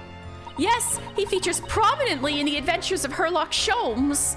Oh, so he's like the fake Lestrade? Oh, in that publication. What's it called again? Ranced magazine? That's right. Inspector Gregson and Mr. Sholmes enjoy a wonderful friendly rivalry. Really? You rival the great Mr. Sholmes? That's incredible. Oh, well, I don't know about that. Mr. Sholmes isn't a professional like myself, of course, but he does come up with the goods from time to time. Mr. Sholmes is equally complimentary about you, Inspector, isn't he? You've earned his highest praise. Gregson is a pick of the bad lot of all Scotland Yarders. Those were his own words. That's his highest praise? Well, Mr. Sholmes isn't particularly known for giving compliments, you see? That he is not, and thanks to that magazine, my name's known all over London town now. That's great, isn't it? I have to admit that to start with, I was a little, well, flattered by all the attention. Everyone wanted to shake my hand, and my reputation at the yard went through the roof. Oh, that's wonderful. No, it is not. There's nothing more sinister than the man on the street. People are always looking at me now. They're whispering rumors about me under their breath, I'm sure. Rumors? Are you quite sure? He's changed since he started appearing in those stories. His fame's gone to his head, stuff like that. Gosh, do you really think people are saying such mean-spirited things about you? Like I said, they whisper, so I can't catch exactly what they're saying, but I know what folk are like. I'm sure that's what they're saying, as sure as eggs is eggs. Oh, you're paranoid and embarrassed. I see. He's got anxiety! I get the feeling this detective could be very hard work. Oh dear. Perhaps the sudden rise of fame just changed people. You've given him anxiety, Mr. Sholmes. Look what you've done. The case. So, about the case that the Lord Chief Justice mentioned before. Nothing to tell, really. As far as we're concerned at the yard, it couldn't be simpler. Oh dear, that probably means... As far as we're concerned as lawyers, it couldn't be more complicated. Exactly. I wish you were wrong about that, but I have a nasty feeling you're right. A young woman was walking along the pavement at Briar Road when she was stabbed from behind. I thought this wasn't murder. Fortunately, it wasn't fatal. Oh, but she's still laid up in the hospital, unconscious. So we're investigating an assault. Got it. That's despicable. What sort of coward would attack the poor woman from behind? I suppose you would have finished whoever it was off with a Susato takedown, would you? That's neither here nor there, Mr. Naruhodo. Brace yourself, Ryunosuke. You've angered her now. Anyway, after something of a whirlwind investigation, the criminal was arrested. He barely had time for a cup of tea after the incident took place, to be honest. So there must have been something left at the scene that led you directly to the culprit? Or perhaps a reliable witness who recognized the person in question? Let me stop you right there. You're wasting your time on this one. Sorry? There's nothing you can do. There's no way to help the bloke now. Why ever not? Simple.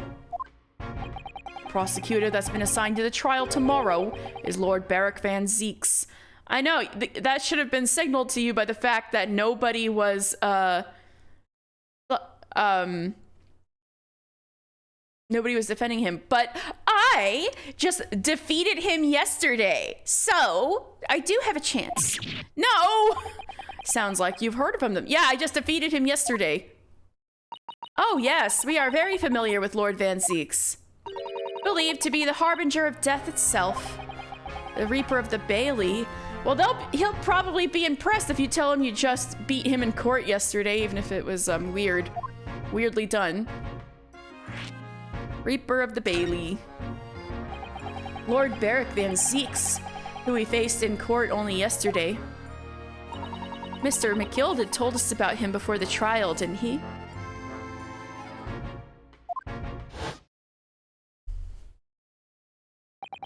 When Van Zeeks stands for the prosecution, they call the accused... When the Van Zeeks stands for the prosecution, they call the accused as sacrificial lambs. And in every single trial in which he's been the prosecutor, the accused has been damned. This Reaper of the Bailey nickname, I suppose he's earned that because every defendant he advocates against is found guilty? Is that it? Well, if that's the case, we should inform you, Inspector, that in yesterday's trial against Lord Van Zeeks, Mr. Naruhodo secured a verdict of not guilty. Huh? And what of it? Oh, well, I think, that means that even against the Reaper of the Bailey, it's not impossible to save the defendant. No, you really don't have a clue, do you? What do you mean? What happened to that bloke in the end, eh? He's dead.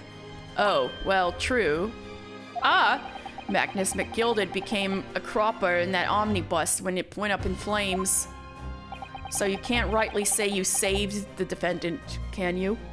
That's what you mean by Reaper? Shit. Everybody's marked for death, whoever he is going up against, whoever he's trying to prosecute. What are you saying? Look, if Van Zeeks could get the dirt to stick on everyone, he'd be a miracle worker. I guess Manfred von Karma's a miracle worker? But that's not how it goes. He doesn't work miracles, he works magic. Black magic. With those blood sacrifices. I'd have a good long think about that, if I were you. Does he particularly like that all of the people he's prosecuting are marked for death, even if they're found not guilty? Are we really supposed to believe that?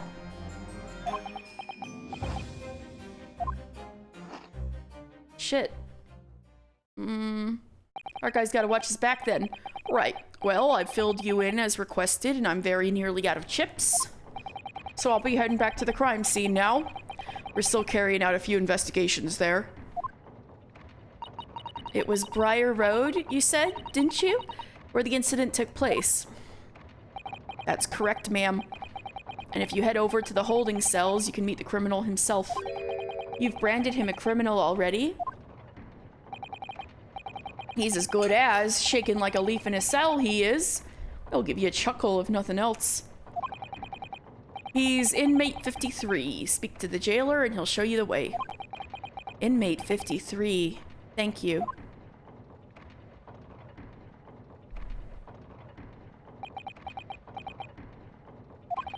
So there's no helping anyone against the Reaper of the Bailey, they say. Is something troubling you, Mr. Naruhodo? To tell the truth, when I recall the trial yesterday, I can't stop myself from shaking. The idea of facing the Reaper in court again is... Well, if you think it's too much for you, there's no shame in turning the case down. That takes courage, too. Oh, that's really nice of you to say, Susato. This man, yeah, but if the man they've arrested is innocent... You could well imagine he would be shaking like a leaf in his cell. That's what I was thinking. And I, for one, wouldn't find the sight of that funny. So, if I'm honest, I'm still reeling from the shock of yesterday's events myself. And I'm really not sure if I'll be able to help this man, whoever he is, but I'd like to try. So I think I'm going to make some inquiries. Will you help? Did you really think you had to ask? After all, I'm your judicial assistant. Thank you. So then, shall we? Yes, let's go. All right, our first, except it's not the detention center this time, it's the prison. I always feel on edge here. There's so many interesting books I wish I could borrow. The Lord Chief Justice Strongheart in Britain's great capital city, London. Its grand stone architecture and the echoey tick of the vast cogwheels on an air of authority. There's Briar Road. We still haven't been here yet. I wonder what awaits us. I feel like we should go to the prison first. These prison cells are where suspects are held whilst they await trial. Visiting is permitted at certain times. Let's go. I can't believe Stella is behaving. Where did she go? 19th February, local prison, cell 9. So these are British prison cells. The manacles, the shackles. Oh, they're ghastly. It feels just like a dungeon. Yes, and having experienced it in Japan myself, I can assure you that our wooden cells feel a lot cozier than these cold stone walls. Oh, don't, Mr. Naruhodo, you're making it seem worse. Apparently our client is in the cell here, but it's so dark at the back there I can't make him out. I wonder what he's like. Sounds scary. Inmate 53, your legal representative is here to see you. Stop idling at the back of the cell and show your face at once. Am I a cat, as yet with no name? Calling me by a number, it's utterly unbelievably, unjustly unreasonable. I refuse to answer. Well, what's your name then? Mr. Naruhodo, What do you think is going on here? I have no idea, but I wasn't just hearing things, was I? That tirade of complaints was in Japanese. Oh! Wait, I'm in Japanese. It's Natsume Soseki! It's Natsume Soseki! That's why this is the Kokoro case, because we're literally defending Natsume Soseki. Holy shit. Wait, I heard about this guy. I totally forgot there was like an anime Natsume Soseki in this game. I totally forgot. Excuse me, but who? Shh, quiet.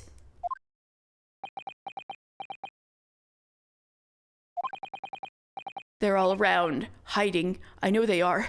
Oh my god, all of this gesticulating is amazing.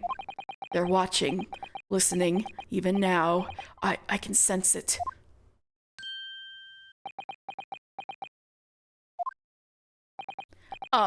Right. So, I could ask you to... There you are. You've come to curse me, haven't you? Don't try to hide it. You're a ghost. A ghost? You don't seem to be well, sir. We mean you no harm, prisoner-san. Are you? Japanese, by any chance?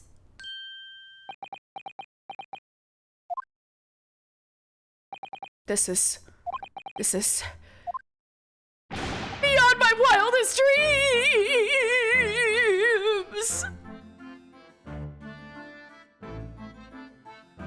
This is the Natsume Soseki music? Forgive me for that outburst before, I'm so sorry. Oh, it's fine. We were just a little surprised, that's all. Imagine it! It's been 12 long months since I left my hometown, and here I am in a frightful fix in a foreign land! So hearing the sweet, sentimental tones of a compatriot's voice here in this damp, dark hellhole was a most monumentally moving moment! Who could have guessed that this new client Lord Strongheart assigned to us would turn out to be a fellow Japanese? Maybe he knew and did it on purpose?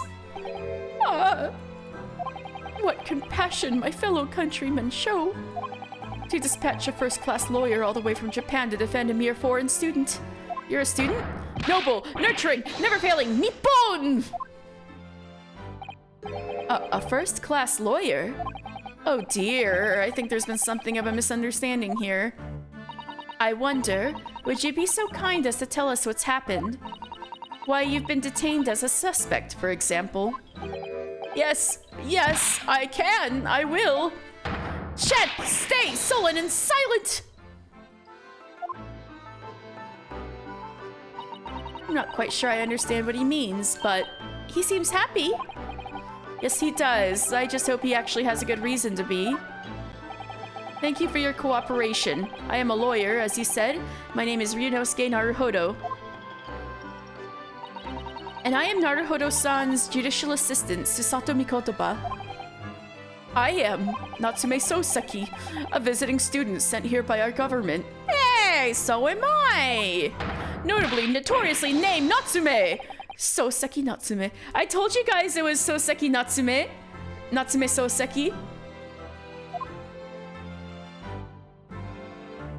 Y'all don't know him yet?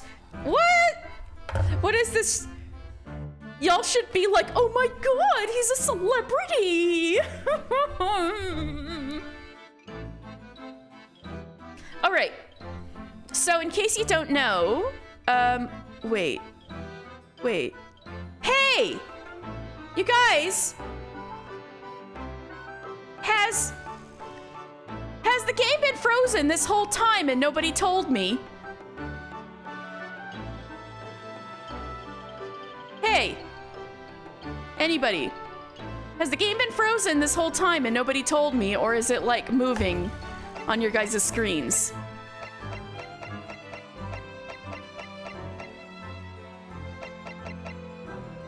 Excuse... Chat! Help! Chat! Help!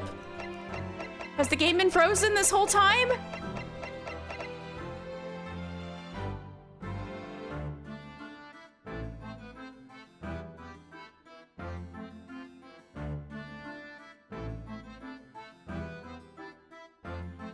Shit!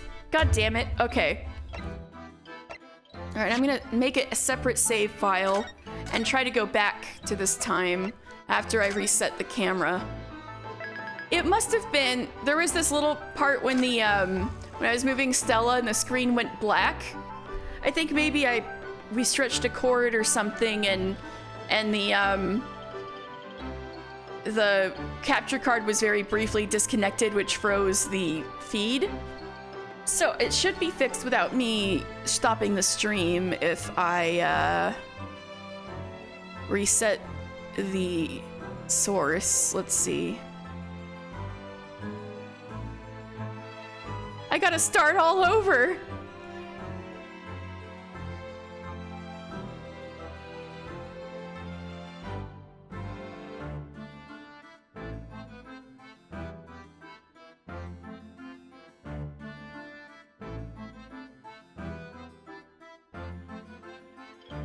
Ah, here we go.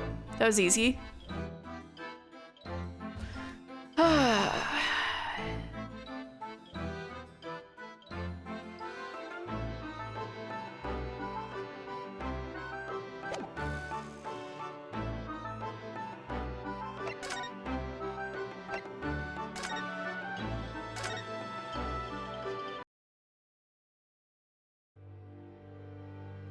Did you guys see? You guys saw this at least, right? But now we know the adventure of the clouded Kokoro. Kokoro I begin to think is Wilson, definitely a said Sholmes, turning his head languidly in my direction. That there is more to this case than that which we have observed. Indeed, that there may be another part to this story that we are yet to discover. His eyes wandered, following the steam rising from his cup of herbal tea, leading him to the distant memory of that snowy evening.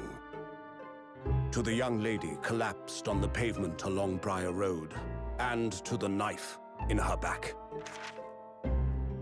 Lit in the soft glow of gas lamps, a most extraordinary scene had been set. And under the cover of a light fog, the curtain had risen silently on the insoluble mystery of our invisible killer.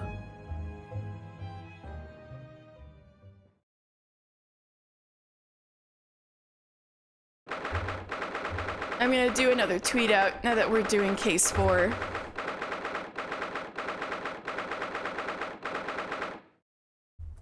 I'm streaming case 4 of DGS.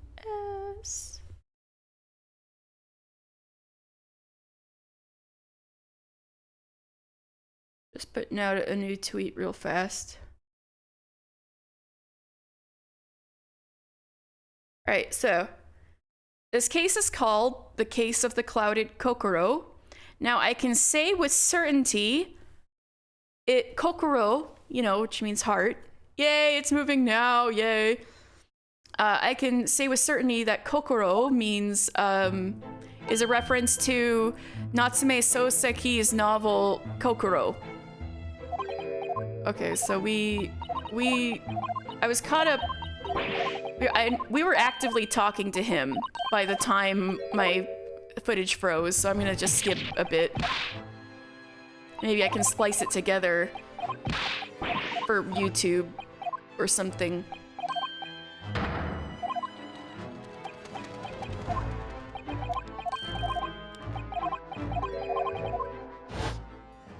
I remember he was facing like 4/4 view.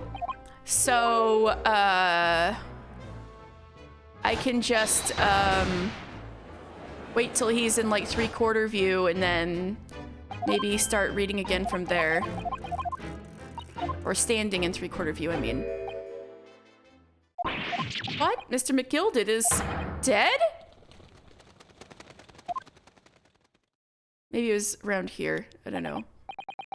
I have 19 minutes and 41 seconds until my next engagement. Time enough to talk. All right, I get take 2 of all of this acting. Yay.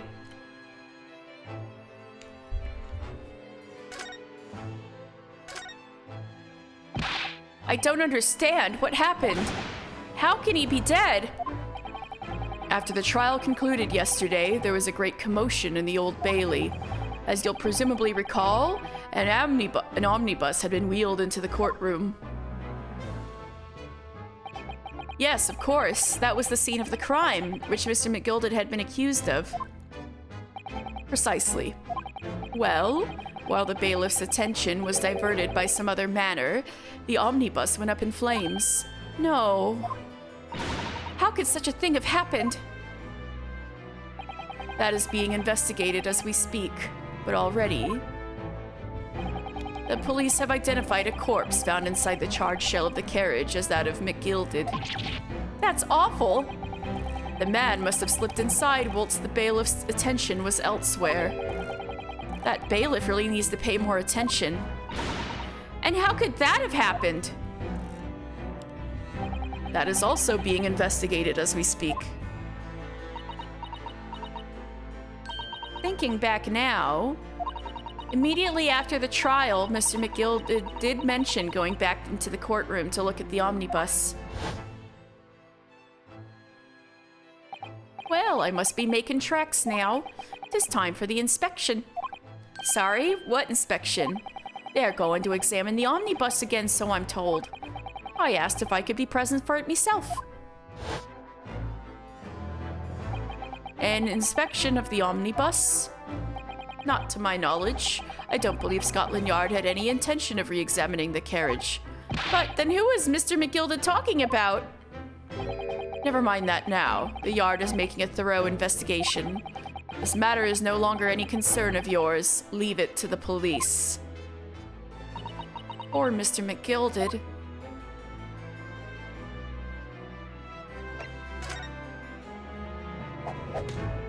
So, how did you find your first taste of our country's Supreme Court?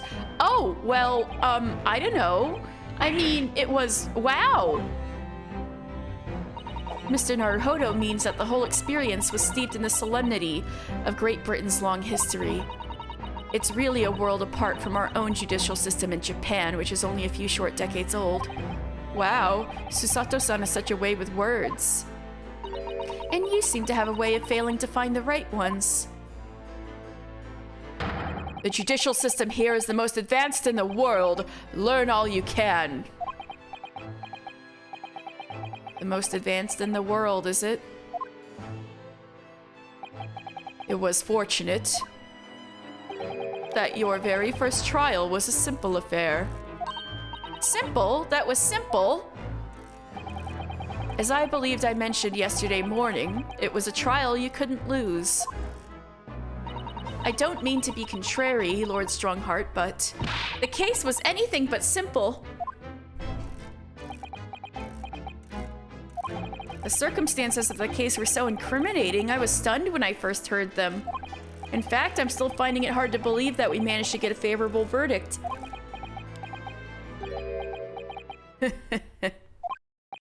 Is something funny?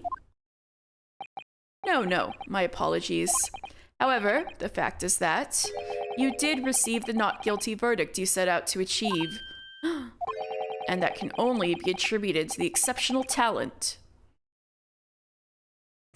I messed it up. And that could only be attributed to exceptional talent. Wouldn't you agree? Well, I don't know about that. Well, never mind. You exceeded my expectations, I freely admit. That much, at least, is an undeniable truth. Which is precisely why I have prepared the new case for you that I mentioned before. What's going on? What was he going to say before?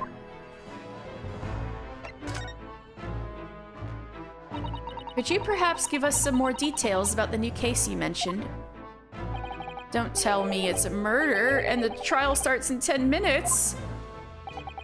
Don't worry, it's nothing so alarming or quite so urgent as your last assignment. In fact, this case is completely different. Oh, I see. Did he just read my mind? That is to say, no one has died, as yet. And the trial will not be today. There is plenty of time to research the case thoroughly. 23 hours, 43 minutes, and 19 seconds to be precise. So the trial's tomorrow then. Is everything all right? Oh, yes, I'm just a little confused, that's all. Yesterday's trial was... well, it's left me wondering if I'm really cut out for being a lawyer. Oh, Mr. Naruhodo. I don't know if I could face standing in that courtroom again after Mr. McGilded's trial.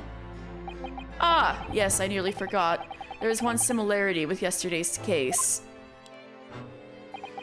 Once again, there is currently no one to advocate for the defense. Oh! If the situation remains unchanged, the trial will start tomorrow with a defendant unrepresented. And if that happens, I need not remind you of the inevitable outcome. The most terrible end awaits the defendant. Yes, that's right. Here we go again.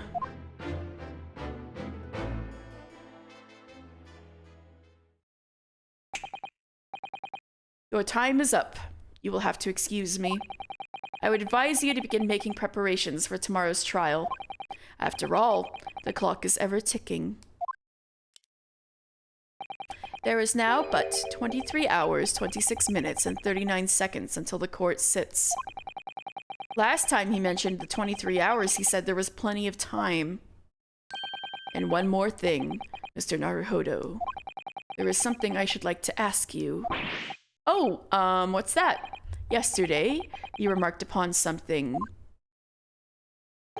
that you intend to see through the will of your late compatriot, Mr. Asogi. I would be interested to hear exactly what you mean by that. Inside 34 seconds. Oh, well, Kazuma always used to say, you see, that he wanted to learn how the greatest justice system in the world worked, so he could change hours in Japan. Now that he's gone, I'd like to work towards that myself, and there's another thing. Oh? Another thing? Continue. On the way here, the steamship, on the way here, on the steamship, he said something to me. There's something very important that I have to do. Something very important, and what exactly would that be? He never had a chance to tell me. I suppose he would have done if he'd ever made it to Great Britain. You're out of time. Well, thank you for an enlightening discussion. Mr. Naruhodo, what's all this about? Mr. Asogi never once mentioned anything of the sort to me. Yeah, because I'm his best friend, and we were lovers, you know? You don't have to know everything, Susato. I urge you both to focus your attentions on the matter at hand. I've taken the liberty of summoning the police inspector in charge of the case. He'll be able to apprise you of the details. How long has he been there? So, I wish you the best of luck and bid you farewell.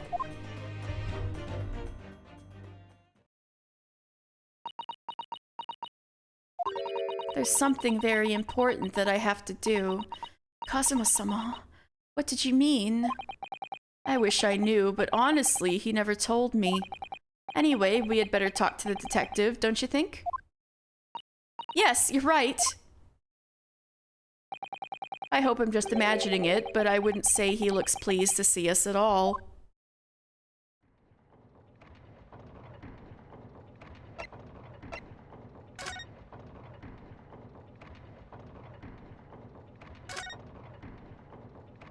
This exceptionally British man munching on his fish and chips. Could we trouble you? What do you think? Lovely weather, isn't it? What's the weather got anything to do with anything? So now you guys can bring in the full view of this extremely British man that you were robbed of being able to view in his glory before.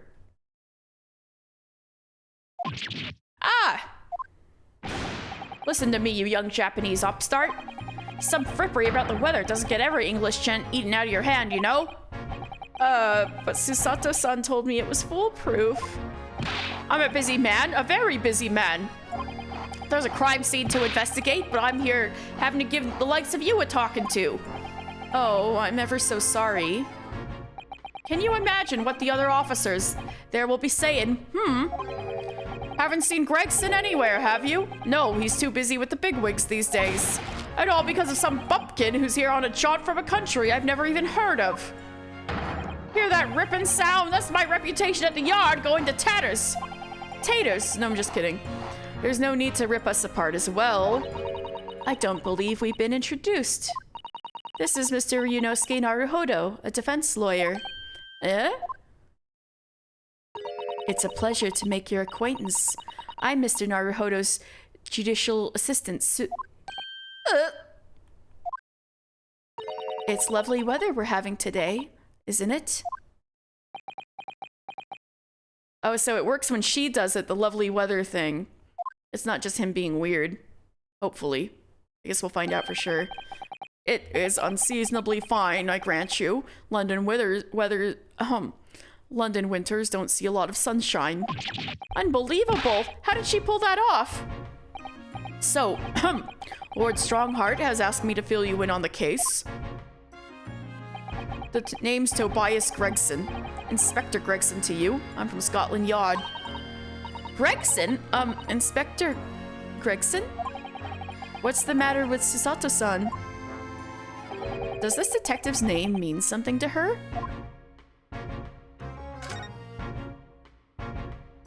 Inspector, are you perhaps the Inspector Gregson?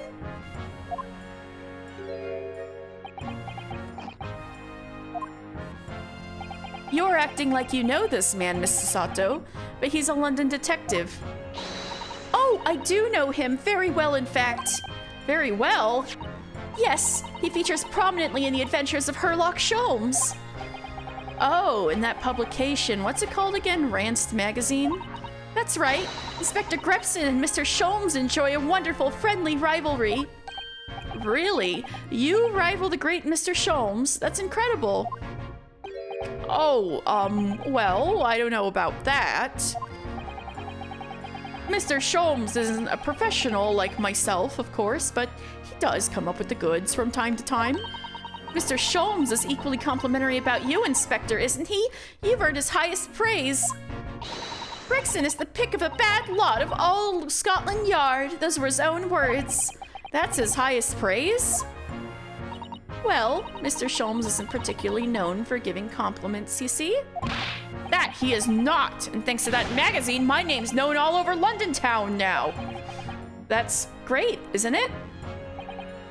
I have to admit that to start with, I was a little, well, flattered by all the attention. Everyone wanted to shake my hand, and my reputation at the yard went through the roof. Well, that's wonderful. No, it is not. There's nothing more sinister than the man on the street. People are always looking at me now. They're whispering rumors about me under their breath, I'm sure. Rumors? Are you quite sure? He's changed since he started appearing in those stories. The fame's gone to his head, stuff like that. Gosh, do you really think people are saying such mean-spirited things about you? Like I said, they whisper, so I can't catch exactly what they're saying, but I know what folk are like. I'm sure that's what they're saying, as sure as eggs is eggs. Now look what you've done, Sherlock Sholmes. You've given him anxiety.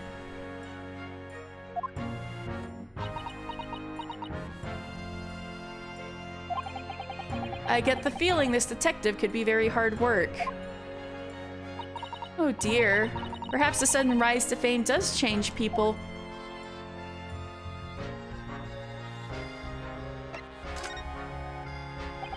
So, about the case that the Lord Chief Justice mentioned before. Nothing to tell, really. As far as we're concerned at the yard, it couldn't be simpler. Oh dear, that probably means that as far as we're concerned as lawyers, it couldn't be more complicated. I wish you were wrong about that, but I have a nasty feeling you're right. A young woman was walking along the pavement on Briar Road when she was stabbed from behind. Fortunately, it wasn't fatal, but she's still laid up in the hospital, unconscious. That's despicable! What sort of coward would attack the poor woman from behind? I suppose you would have finished whoever it was off with the Susato takedown, would you? That is neither here nor there, Mr. Naruhodo. Brace yourself, Ryunosuke, you've angered her now! Anyway, after something of a whirlwind investigation, the criminal was arrested. He barely had time for a cup of tea after the incident took place, to be honest. So there must have been something left at the scene that led you directly to the culprit? Or perhaps a reliable witness who recognized the person in question? Let me stop you right there. You're wasting your time on this one. Sorry? There's nothing you can do. There's no way to help the bloke now. Why ever not? Simple. The prosecutor that's been assigned to the trial tomorrow is Lord Barrick Van Zeeks. No! Sounds like you've heard of him then. Oh yes, we are very familiar with Lord Van Zeeks. believed to be the harbinger of death itself. The Reaper of the Bailey.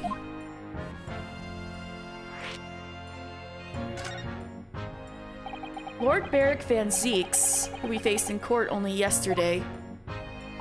Mr. McGilded told us about him before the trial, didn't he? When Van Zeek stands for the prosecution, they called the accused his sacrificial lambs.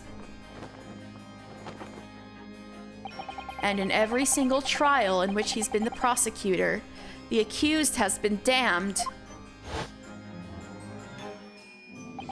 This Reaper of the Bailey nickname, I suppose he's earned that because every defendant he advocates against is found guilty. Is that it? Well, if that's the case, we should inform you, Inspector, that in yesterday's trial against Lord Van Zeeks, Mr. Naruhodo secured a verdict of not guilty. And what of it? Oh, well, I think that means that even against the Reaper of the Bailey, it's not impossible to save the defendant. No, you really don't have a clue, do you? What do you mean? What happened to that bloke in the end, eh? He's dead. Magnus McGilded became a cropper in that omnibus when it went up in flames.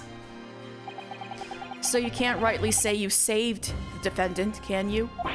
What are you saying?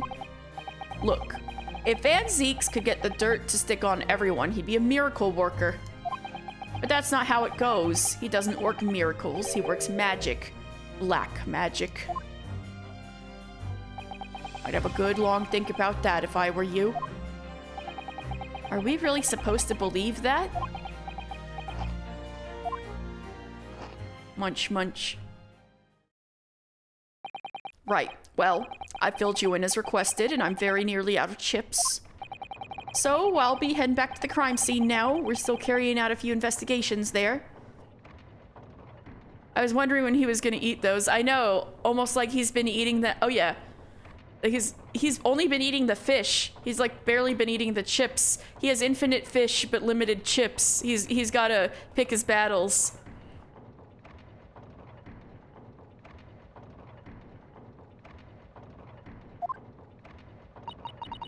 It was Briar Road, you said, didn't you?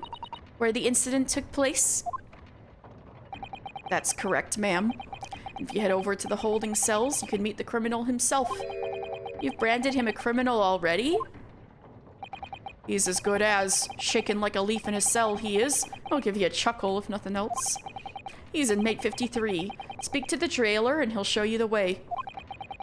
Inmate 53. Thank you.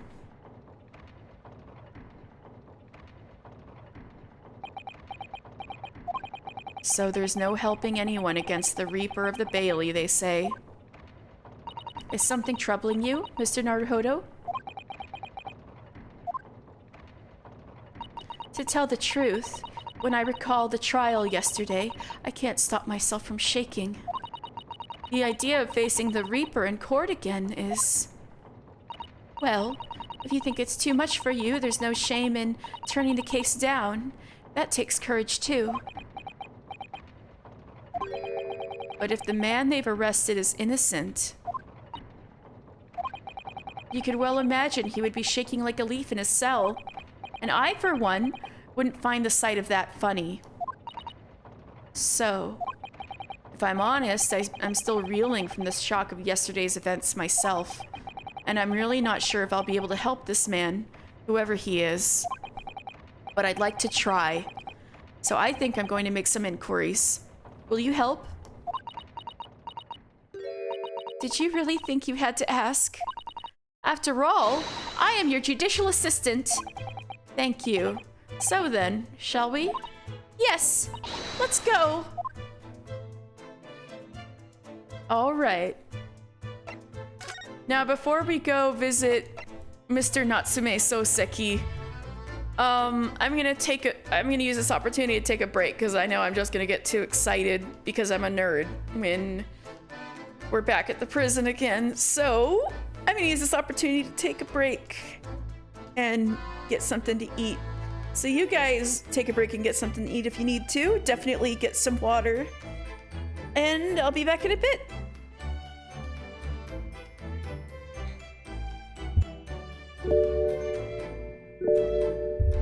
Thank you. I will do both, Owl, and thank you.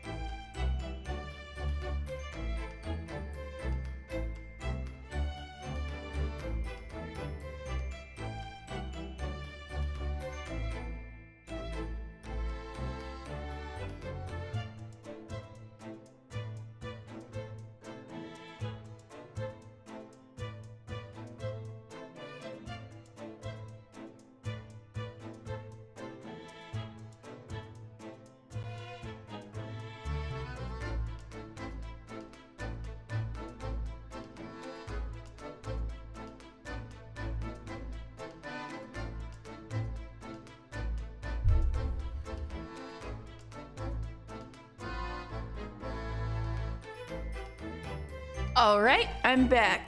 Feel much better. So, Rowan, quite a bit happened. You there? Ah, thank you, Owlin. Thank you for being patient. Yay. Okay. So, the end of Trial 3 was fucking intense because there's very probable evidence that, Okay. It got a little intense because there was very probable evidence that Willy Wonka orchestrated evidence tampering in the middle of trial with the huge carriage that was in the middle of the courtroom. And so since Ace Attorney is all pursue the truth, right? Yeah. So since Ace Attorney is all pursue the truth, we're like, it's possible this new evidence is fake and he could have done it. And then he's like, what the fuck? I'm your lawyer, you're my lawyer and stuff. And Van Zieks was impressed that you could, Dracula was impressed that you could be that honest and pursuant of the truth, but still he's like, yeah, that's pretty bad to do as a defense lawyer. So it got to the point where you're down with this ultimatum of like, the thing is that it ends up getting framed as like they only have people's memory to go off of with the differences in evidence and the tampering, so they can't just take people's word for it enough to, because otherwise the evidence that was newly applied to the scene is like incontrovertible proof that Willy Wonka didn't do it. Like, it was logically not possible for him to do it. So, basically, the judge defaulted to a not guilty verdict. And, our closing we actually had to do a closing statement. We had to choose whether we thought the client was innocent or we thought it was possible he could be guilty. And that was like, this is like intense shit. I was like, this is only case 3? Are you kidding me? You're like pulling this like ambiguous, like Matt on guard but ambiguous shit.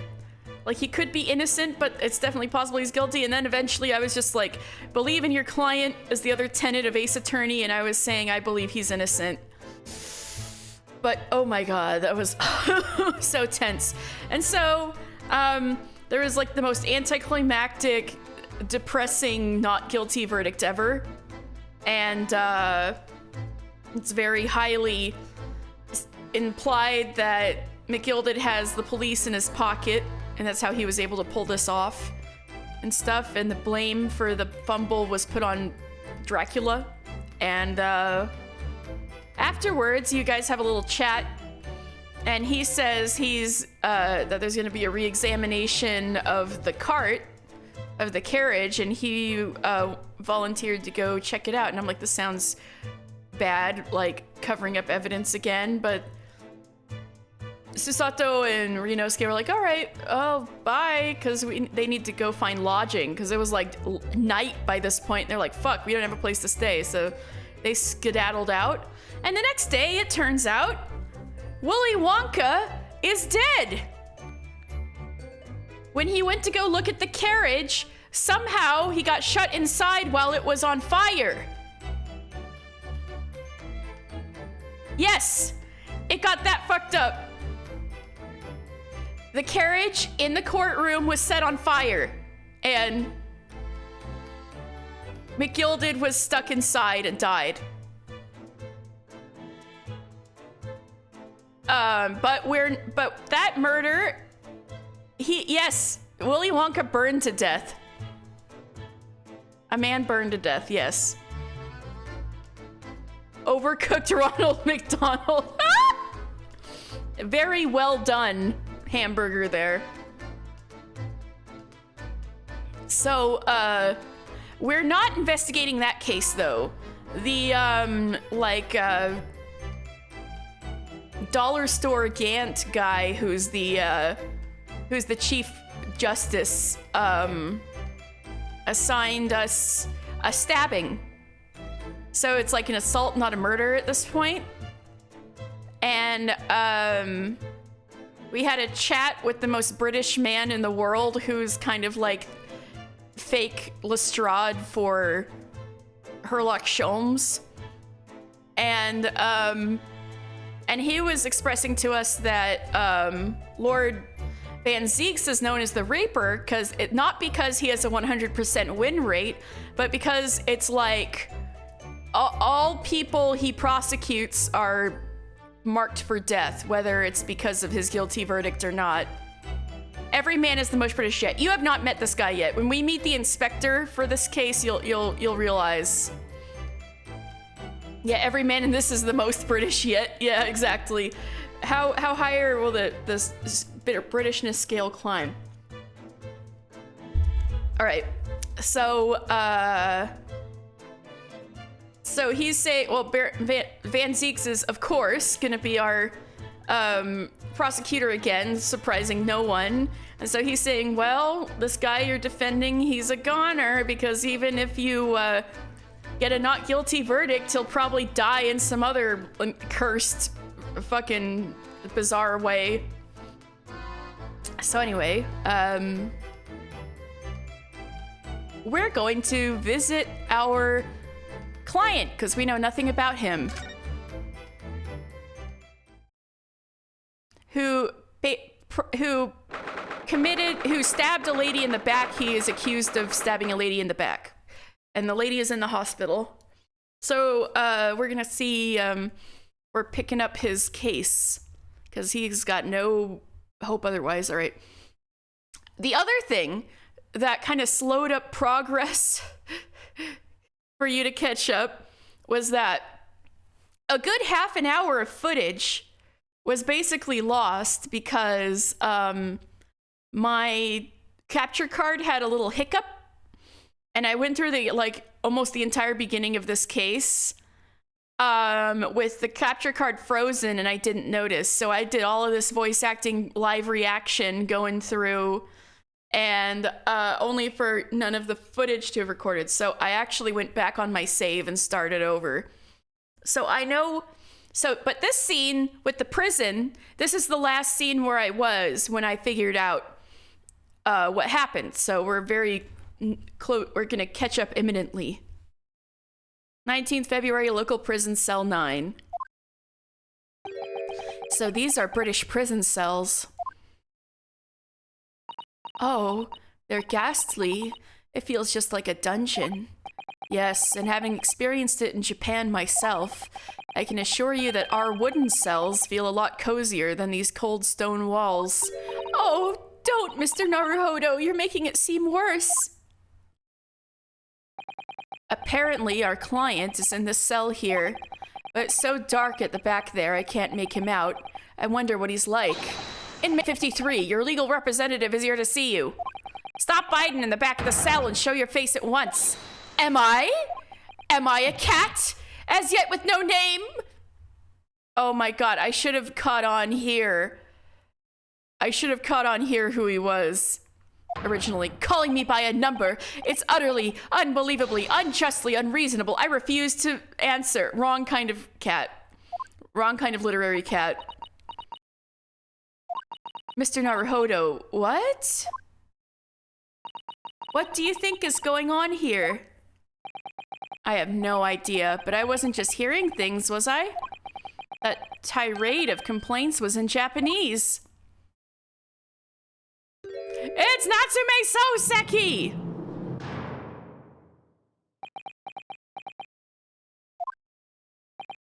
Soseki! Excuse me. Shh, quiet.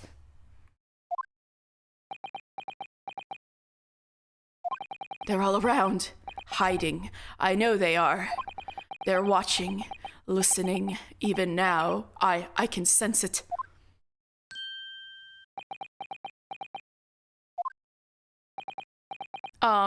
Right. So could I ask you who exactly? There you are. You've come to curse me, haven't you? Don't try to hide it. You're a ghost. A ghost?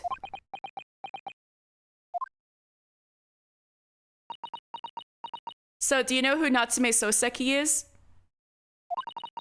We mean you no harm, prisoner-san. Are you Japanese by any chance?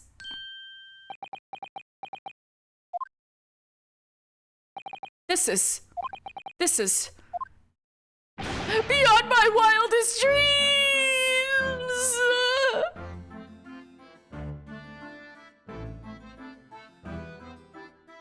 Forgive me for that outburst before. I'm so sorry. Oh, it's fine. We were just a little surprised, that's all. Imagine it! It's been 12 long months since I left my hometown, and here I am in a frightful fix in a foreign land. So hearing the sweet, sentimental tones of a compatriot's voice here in this damp, dark hellhole was you can't have a real guy in Ace Attorney. You can't make him interact with Dracula. Most monumentally moving moment. Who could have guessed that this new client Lord Strongheart assigned to us would turn out to be a fellow Japanese? Ah, what compassion my fellow countrymen show to dispatch a first-class lawyer all the way from Japan to defend a mere foreign student. Noble, nurturing, never-failing Nippon! A first-class lawyer? Oh dear, I think there's been something of a misunderstanding here. His shining eyes, I know. I wonder, would you be so kind as to tell us what happened? Why you've been detained as a suspect, for example? Yes, I can. I will. Shat, stay sullen and silent! I'm not quite sure I understand what he means, but see, he seems happy. Yes, he does. I just hope he actually has a good reason to be. Thank you for your cooperation. I am a lawyer, as you said. My name is Ryunosuke Naruhodo. And I am Naruhodo-san's judicial assistant, Susato Mikotoba. I am a visiting student sent here by our government. Notably notorious name Natsume! Soseki Natsume. Well, there you go, Rowan.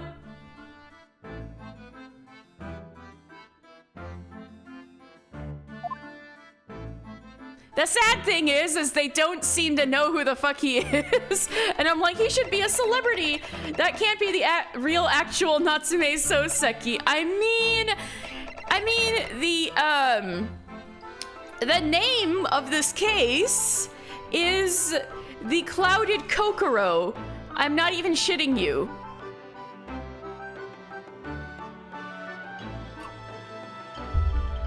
Okay, so now that we've gotten to this point, I should say Natsume Soseki is one of the most famous Japanese novelists who ever lived. And he's probably the most iconic writer of the Meiji era, this current era that the game is set in. Iconic enough that when I first saw him in the previous take, I was like, it's Natsume Soseki, you know? And I was like, that's why the case is called Kokoro, because Natsume Soseki's most famous novel is named Kokoro. But he's also famous for I Am a Cat!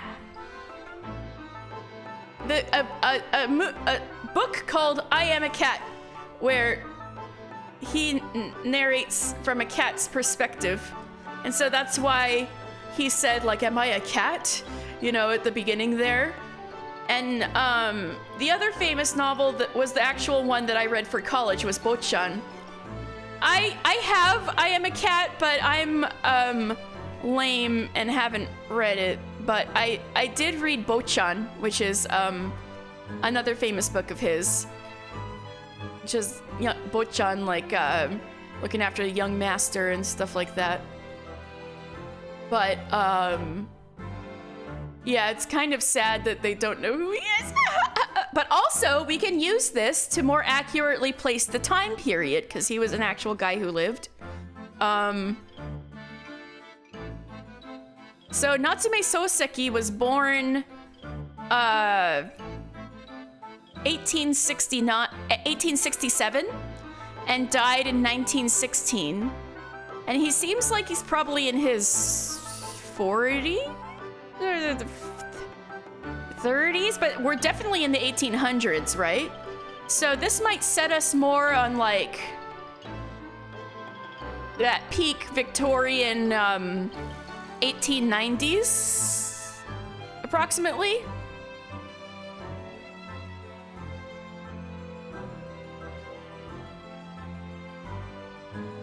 Oh, you looked that up.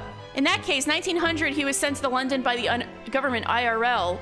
It is exactly 1900. Ooh, thank you so much. So we are in the 20th century, my God. Apparently, I guess. In 1895, he was teaching middle school in Japan. Aw, I wrote a paper on his life once, but I can't remember what the fuck I wrote anymore. But that sounds familiar.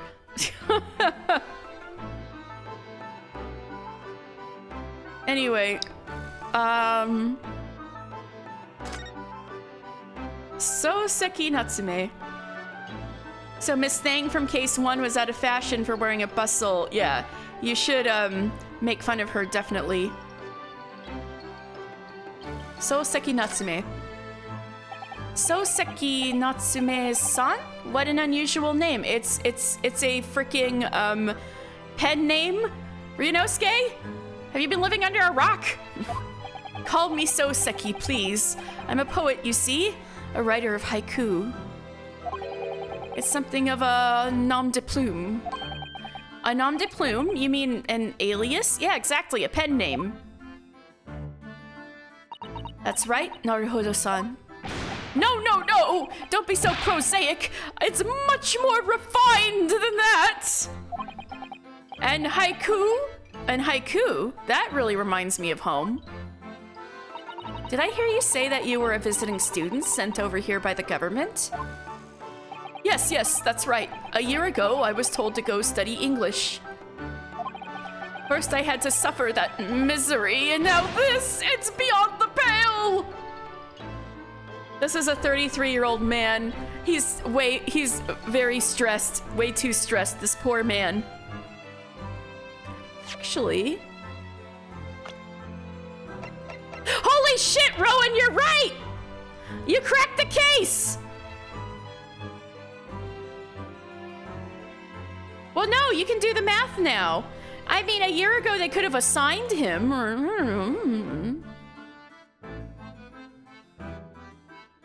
What do you think, Rowan? This is your math. You're correct that he's 33.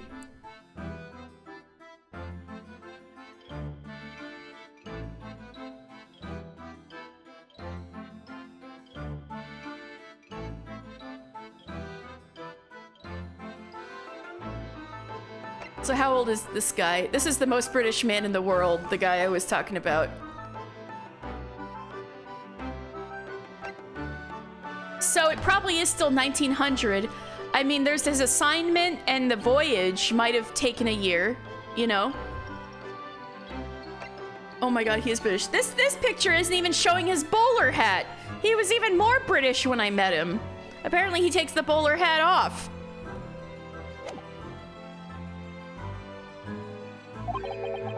So we are in 1900, good to know. Suffer that misery. Did you not want to study here? Yeah, he had a bowler hat. No, I mean, I've had an interest in Great Britain for some years, of course. Oh. But just because the government tells you to do something doesn't mean you can do it? No. What do you mean? If they'd told me to study English literature, that I could have understood. That's my field. But no, they told me to study the English language. Utterly, unbelievably, unjustly unreasonable. I see. Only the other day, I was told to send a report about my first year here. I tendered a blank piece of paper. Wise words on white washi!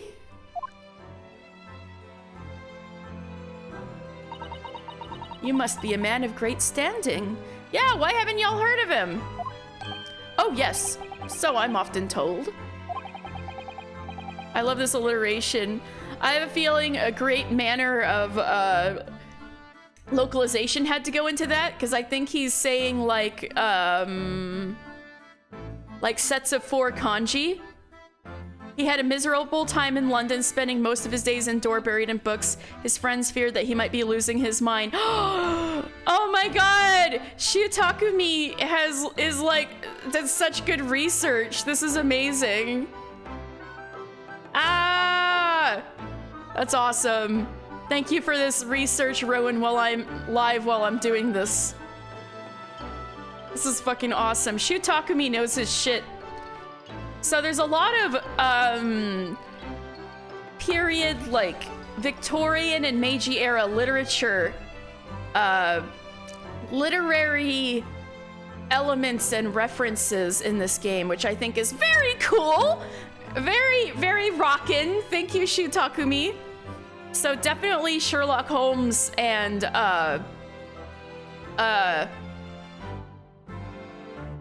Natsume Soseki so far. Although, some of the characters' last trial did look a little Dickensian, you know? Quote from Natsume, okay.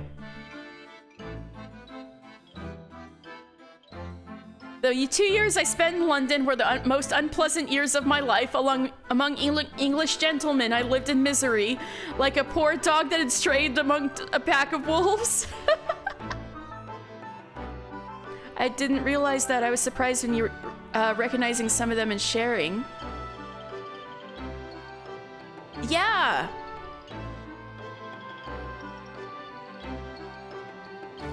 All right. I should probably get a move on a little bit. I often like to be told, it seems. Did you stab a lady in the back? Are you really losing your mind that badly, sir? Could you perhaps tell us exactly why you've been arrested, Soseki-san? I didn't do it! I didn't commit that atrocious murder! Murder? Oh, no. No, it's all right. The woman didn't actually die, did she? But she was stabbed with a knife right before my eyes! Before your eyes? You mean you saw the attacker? I didn't see anyone. Did the knife get thrown? If I'd seen the person who did it, do you think I'd be locked up in here? Oh dear, it seems this case is becoming rather complicated. Why me? Why me? Why did that silly woman have to be stabbed in front of me? It's the curse! The curse of London! It's incredibly, inexcusably, irritatingly inconvenient! So Soseki-san was there at the scene, but he didn't see the attacker. It's vital that we find out more about the case.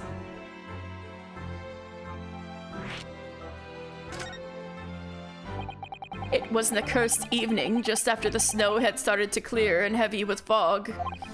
I'd been to the bookshop to buy some books, and I was on my way back to my accursed lodgings. Sure, the bookshop wasn't accursed too? So I was walking along that accursed pavement, and I could make out the sole silhouette of another ahead of me. A woman, wearing a green overcoat she was, and just as I went to overtake her, she suddenly let out a little scream and collapsed onto the cold hard slabs of stone at my feet.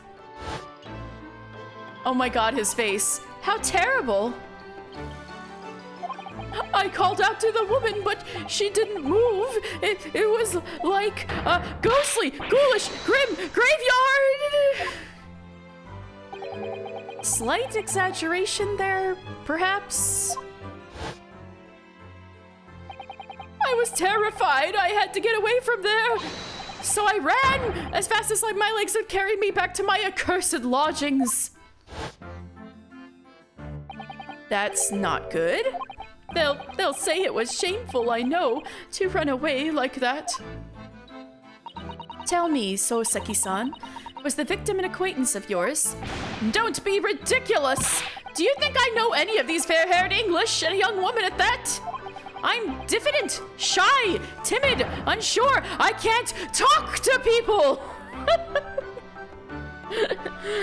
He's timid.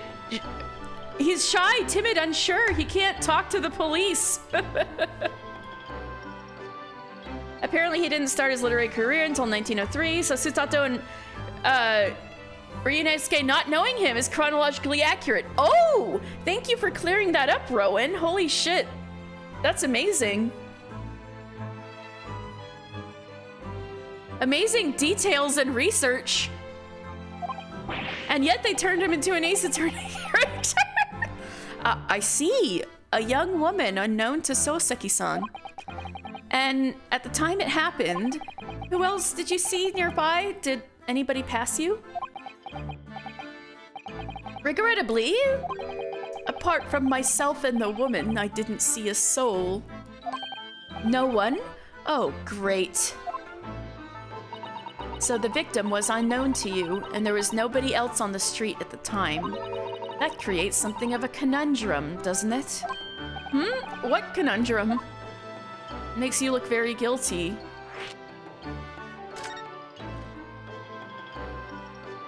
What do you mean, Susato-san? What's the conundrum? Well, if what if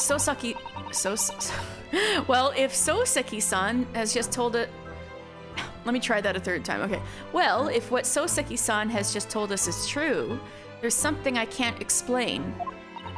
He says that he didn't know the victim and that there was no one else at the scene. Then he apparently fled without having been seen. I did!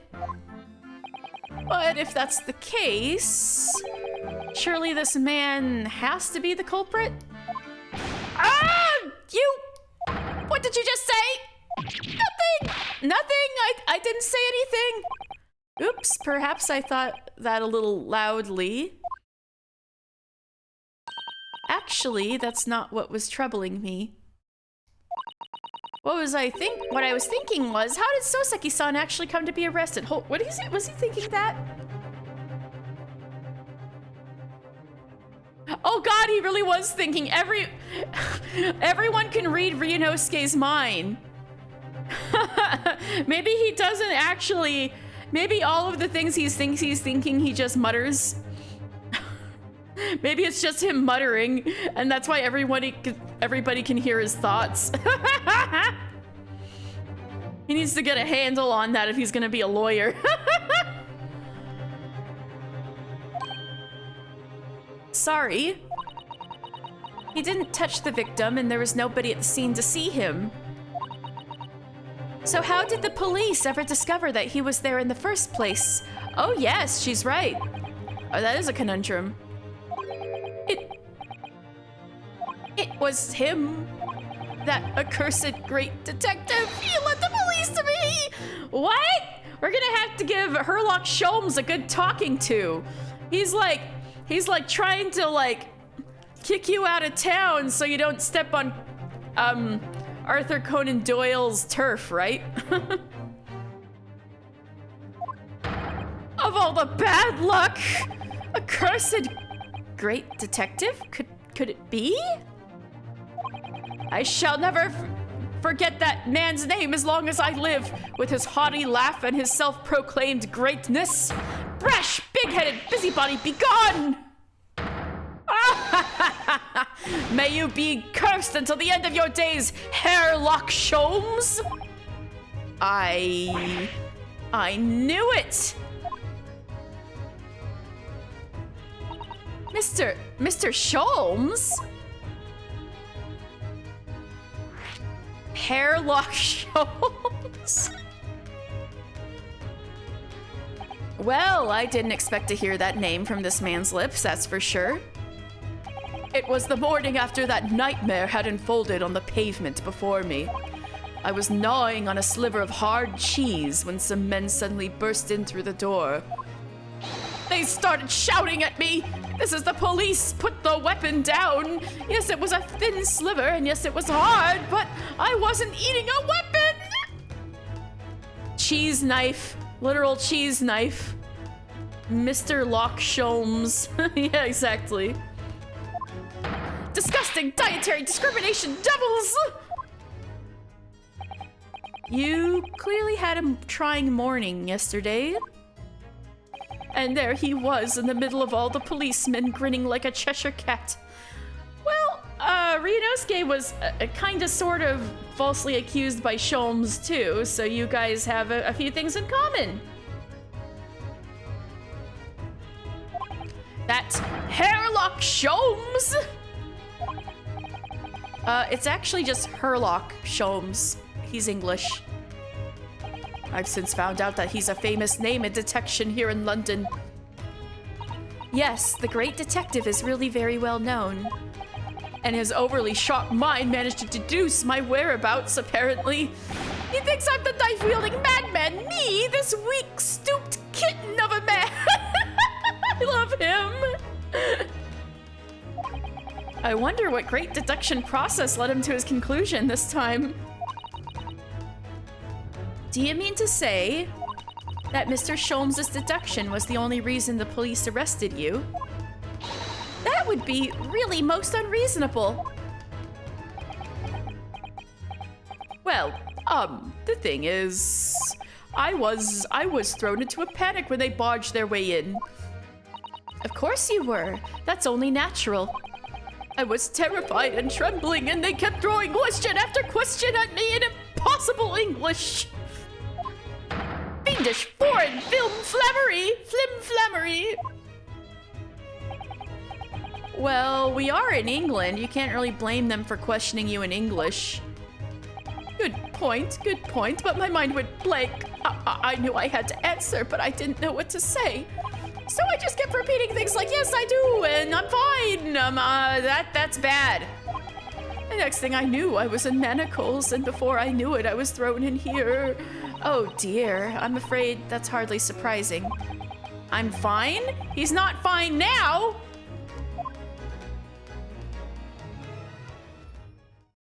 Mr. Naruhodo Esquire!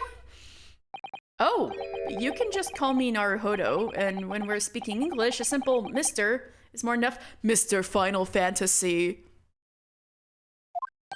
Oh, yes, all right, yes, they've really got to me. This country is poisoning my mind!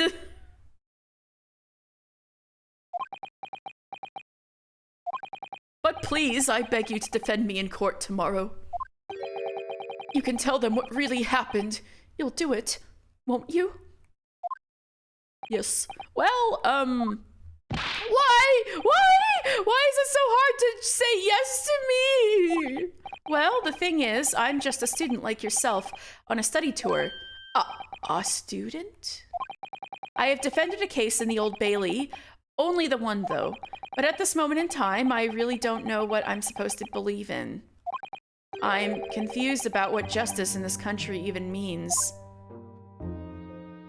Oh, Naruhodo-san. I'm not even the foreign student who was supposed to be here. He's having an identity crisis. I'm a sort of locum lawyer, I suppose. He's been locum ever since Asogi died. Sorry. But that armband, that's the mark of a defense lawyer from our great empire. This was my friend's. It's a keepsake from the man who should have been here. He was my best friend. A keepsake?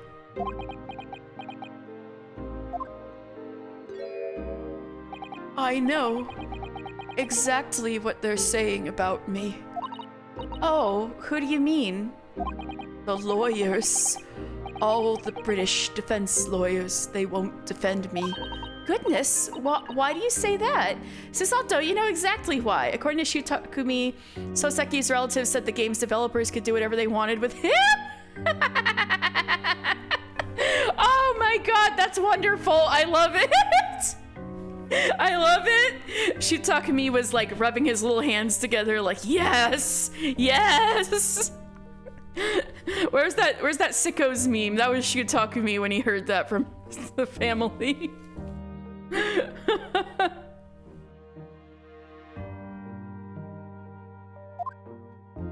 This is a amazing. You know, he went to their family for their permission. This is so good. Doyle's relatives. You can't say Sherlock. Natsume Soseki's relatives. Do whatever the fuck you want. Yeah, whatever, man. Yeah. I love it. I love it. Uptight British.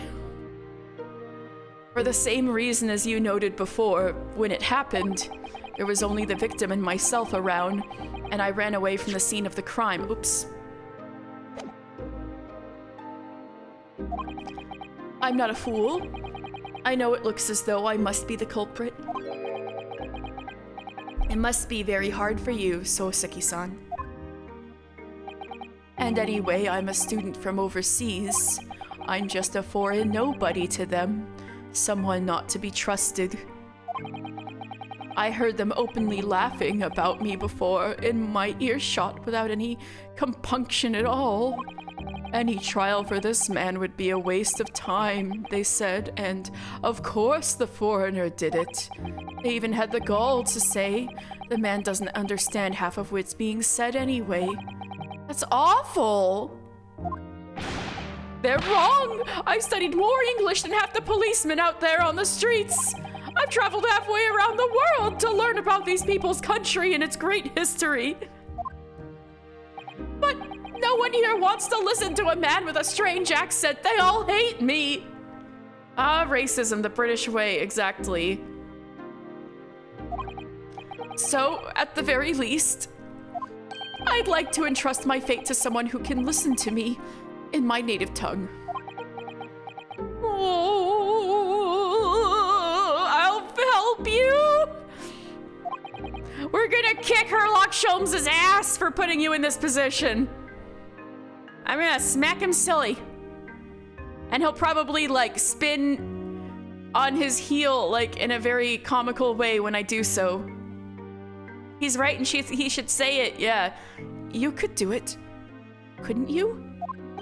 When I look into your eyes, I can see it. I can see what you've been through.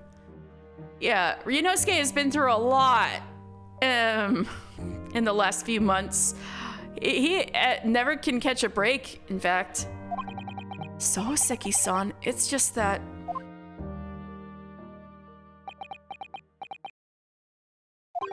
Give me a little time, please. I'll do what I can for the time being. What do you mean? We shall investigate the case as thoroughly as possible. If we can find some clues, it will give us a much better chance, I'm sure. Oh, yes, thank you. I'll be here, all alone, waiting for you, locum student, Mr. Naruhodo Esquire. We should be going then, Naruhodo-san. We have a case to prepare for. Poor guy. I want to, like, pat his shoulder and say, there. Yeah, exactly. No cum. Can I present him with random shit? Yes! The symbol of one of our great empire's first-rate lawyers. Which means, of course, you'll stand by my side. You'll defend me. Oh, no, sorry. That wasn't why I was showing it to you. He looks like Edgar Allan Poe, but not a predator. Yeah, I was getting Edgar Allan Poe vibes, too. I mean, that's around this time period, too. Right? Or no, Edgar Allan Poe was a bit earlier, right? Then why else would you show me that? Oops. In hindsight, that probably wasn't the best idea. Oh my god, his face. Alright, I'll see you later.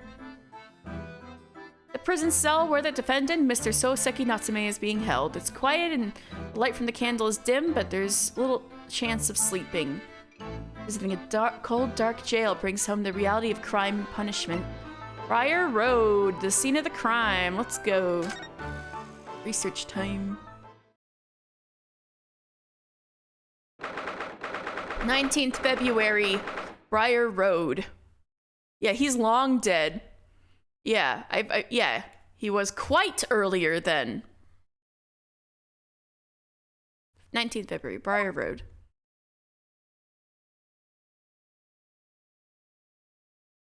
So this is where it happened. Briar Road. Ah! Look, Mr. Naruhodo! Look at that regulation metal helmet. It's unmistakable.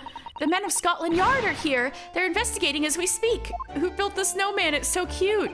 That is their job, you know? But Mr. Naruhodo, to see one with my own eyes. What, the ones in the court weren't enough for you? Because they were like more like bailiffs? They're often depicted in the adventures of Herlock Sholmes, but I never dreamt I'd come this close. To a real Bobby's helmet. What? The helmet? Of course. I have to try one on one day. Okay, that might be cute. British Dick Gumshoe, I think, is the extremely British man we were just talking to, but we'll see. We have Japanese Dick Gumshoe, who is, oh god, Hosonaga. She's so cute, I love her, yeah. And I think Japanese Gumshoe is, this guy.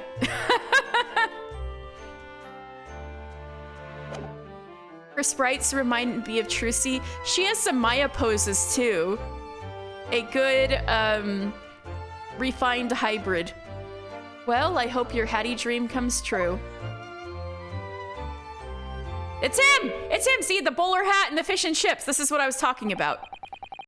What's the Japanese delegation doing here? Oh, Inspector Gregson. Here he is. It's the, British Gumshoe. He's here on command.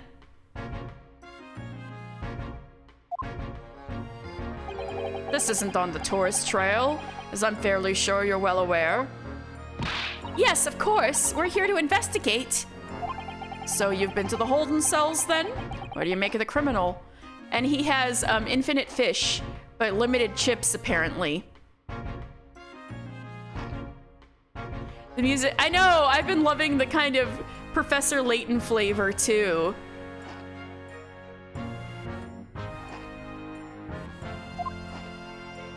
He's not a criminal, as you put it, Inspector. He's a suspect. We'll see about that. You Japanese like to stick together, I suppose. Well, do what you will. It doesn't bother me. The bloke's in court tomorrow, whatever happens, and the verdict's a foregone conclusion. The stone-cold air of rejection. Take heart. London at this time of year is full of stone-cold air.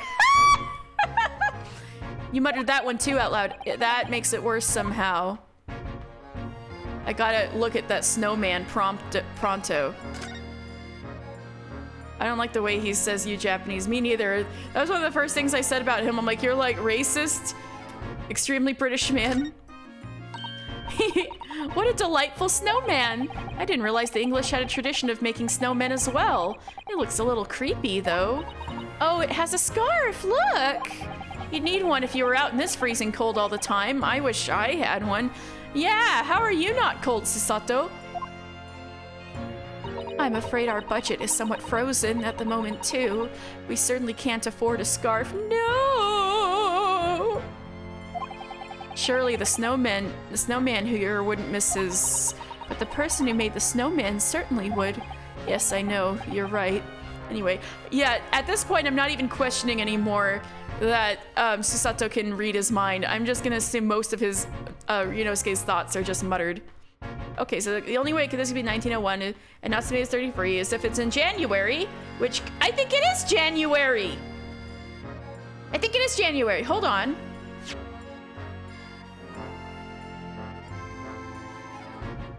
It's February. 19th of February.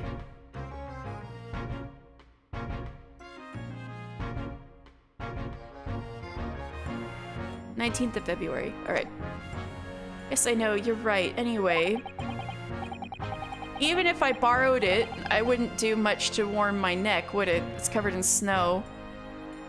Happy birthday 10 days ago, Mr. Natsume. He probably had a miserable birthday.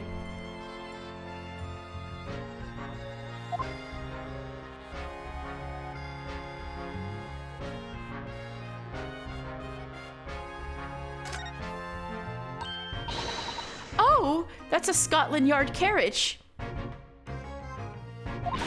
They use vehicles like that to rush to crime scenes and cart away criminals. You're very well informed, aren't you? It's long been a dream of mine to ride one of those through the streets of London.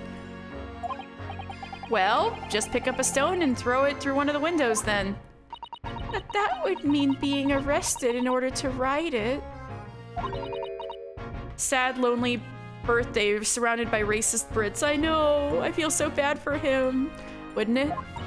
Still, if it's the only way, help me find a good stone. Don't, no. It was a joke, I wasn't serious. Horse. Stop the morning. That's one of the officers from Scotland Yard. The police are making sure the crime scene is undisturbed. She's so ready to commit crime, she's about it. Yes. I have a feeling that if we wander too close, we'll be clapped in irons. I think perhaps you're being a little overcautious. We've done nothing wrong, so we have no cause for concern. Oh no, I'm not getting caught out again. Twice is enough. Poor guy. He's like, I've already been accused twice and put in handcuffs twice. Twice I've found myself in handcuffs despite not knowing a thing about what was going on. This poor fucking guy. Yes, you've had some dreadful experiences. I'm sure it's that wide-eyed look of panic you're so prone to. It does you no favors at all. Brutal. Brutal. Yes, exactly. An average Naruhodo. It's probably hereditary.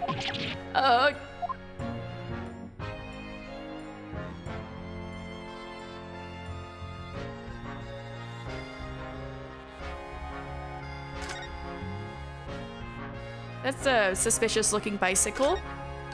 Oh, a British bicycle, look. Although the wheel is so misshapen, I'm sure it couldn't possibly be ridden anymore. Someone must have been doing some breakneck cycling. It seems bicycles have become extremely popular in London recently. There's even a movement to change women's dress to allow them to ride as well.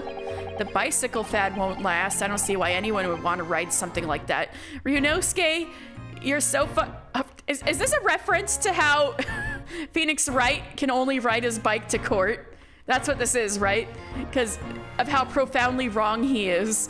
His ancestors, I mean, his descendants are only going to ride bicycles and never get a driver's license.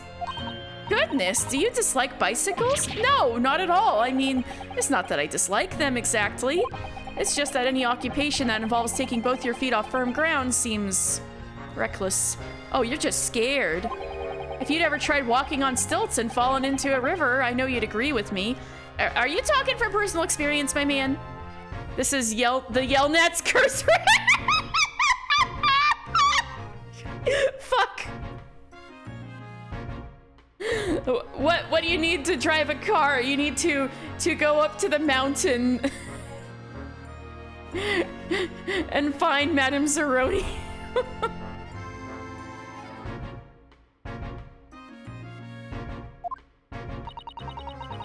They have to carry Edgeworth's Caribou up the mountain! What would it be in this case? Like Van Zeke's fucked up Dracula carriage or something? He'll have to hire a bicycle. Oh, we'll have to hire a bicycle sometime. You can sit behind me while I ride you around. That actually sounds adorable. Let's do it. Yeah, she can probably bike just fine with her hakama.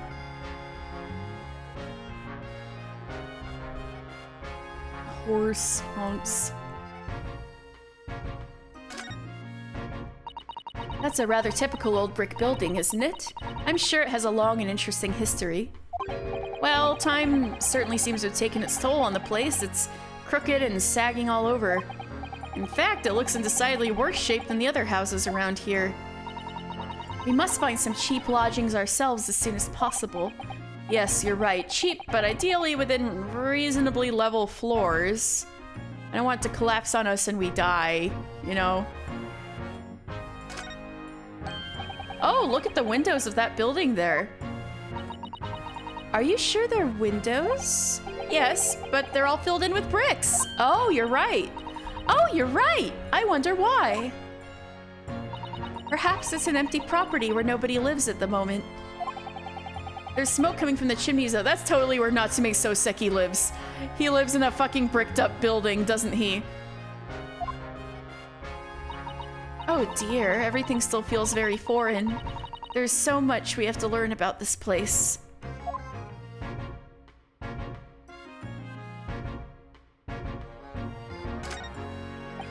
The clouds look so big and heavy in the sky, don't they? And with the dense fog as well, everything looks hazy. Well, it is known as Foggy London Town. I can just make out some sort of spire through the fog. It looks like it's still being built, though. Oh, that's the Crystal Tower for the exhibition. Aha! Yes, that must be the Crystal Tower, being built for the Great Exhibition. That's to open in 6 months' time. It's always the Alligans, man. Apparently it's going to be very striking, glazed on all sides, and the symbolic centerpiece of the exhibition. I know, right? I'm like, how did they know I'm about to do Crystal Tower in my lore stream? It's to be the largest exposition in history, isn't it? Is it? I can't even begin to imagine it.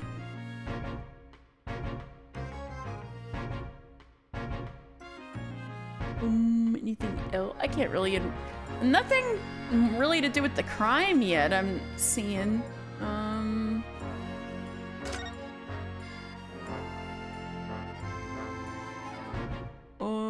Hello? Can we look at the crime scene? Is this it for now? And maybe we should just go back? Or...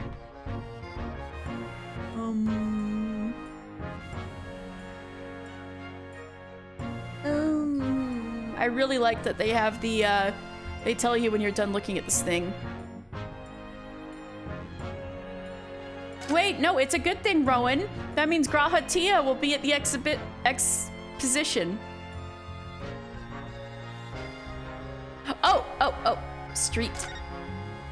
There are piles of snow on the pavement here and there, but the road itself is covered in carriage tracks.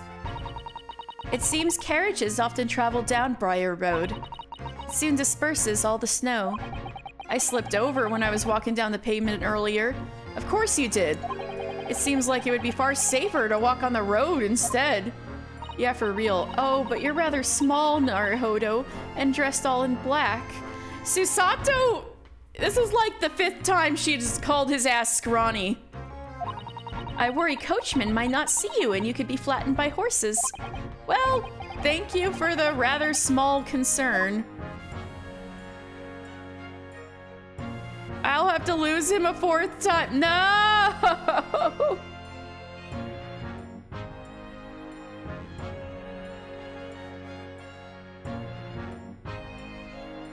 Oh, hello? Do you see all the black smoke rising from the chimneys over there? It says here that in Great Britain, many people heat their homes in winter using coal. The only chimneys I really remember seeing in Japan were on top of the bathhouse. Do you think some of those houses could be on fire? Not at all. Well, even so, that much thick smoke billowing up to the heavens is surely gonna turn the whole sky black sooner or later. Ryunosuke, predicting pollution and global warming. I love her, I make her a cake. Yes, Susato's very good. Gosh, you may be right about that. Is that about it? Oh. I'll try going somewhere else and see if something happens. Oh wait, no, I gotta talk to the fucking guy. I always get caught up like this. All right, let's talk to British Gumshoe, Scotland Yard. Tell me about Scotland Yard, Inspector. Ever since I read about it in the Adventures of Herlock Sholmes, I've been fascinated by the place. The Yard is the most sophisticated policing organization you'll find anywhere in the world, ma'am. Oh, and you know I've always dreamt of wearing a real Bobby's helmet. It does make them look the part, seeing that policeman there with his helmet on. You certainly get the sense that this is a man who will take no nonsense in his duty of protecting the city. Oh, yes. Doesn't he look wonderful? Being a London Bobby is hard going, I can tell you. Oh, really? First thing in the morning, you know what he does? Goes round and rouses all the laborers on his beat so they can get to work. What? He wakes people up? Yup. Raps on their windows with a long pole. Did it myself, going back a bit. That fucking sucks. I had no idea. The Bobby works for the people of the town. It's just another one of his duties. That's a real thing. I didn't know that was a thing. I guess, it's a little early for mass alarm clocks. There used to be guys who really did that. I'm in shock. After that, he starts tirelessly patrolling the streets all day long. He has to cover 20 miles a day. That's the regulation distance. Holy fuck! I can't really imagine how far that is, but it sounds like a long way. Yeah, he's like, I am... Were they already on metric by then? I don't remember.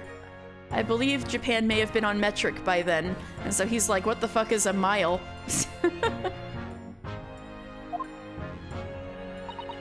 Let me see. Oh, Susato's about to do the 20 miles. That's approximately the distance from Tokyo to Yokohama. On foot? That's definitely taking things a step too far. And when it gets dark, of course, it has the important job of lighting all the gas street lamps. Now, this is fascinating that they're like, oh my god, it's 20 miles from Tokyo to Yokohama, because nowadays it's all one metropolis. It's like the buildings, there's no stop or there's no beginning and end to the buildings. It's just all one mass metropolis. So it's only like the legal lines where you know if you're in Tokyo or Yokohama, you know?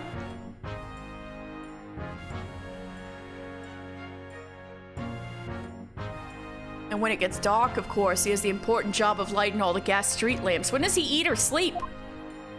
Oh my. And I suppose in between all those duties, Bobbies are expected to investigate cases as well?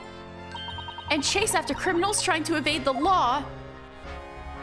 I'm not sure you could call it in between exactly, more alongside, but yes. They're expected to handle those jobs as well. We do have men keeling over from time to time, I admit. Poor guys. I'd always dreamt of wearing one of those helmets, as I said. But it's with a heavy heart that I shall have to relinquish that dream to you, Mr. Naruhodo. What does that mean? Your heavy heart will be my heavy head if you do. It happened around 5 in the evening 2 days ago. Just there, on that open bit of pavement. The victim, a young woman, was stabbed with a blade from behind. Is it right that the lady is still unconscious now? You mentioned that she's being treated in the hospital. I never said she was a lady. Truth is, unless she comes around pretty smartish, we won't be able to find out much about her at all. I suppose that means they haven't been able to take a statement from her, of course.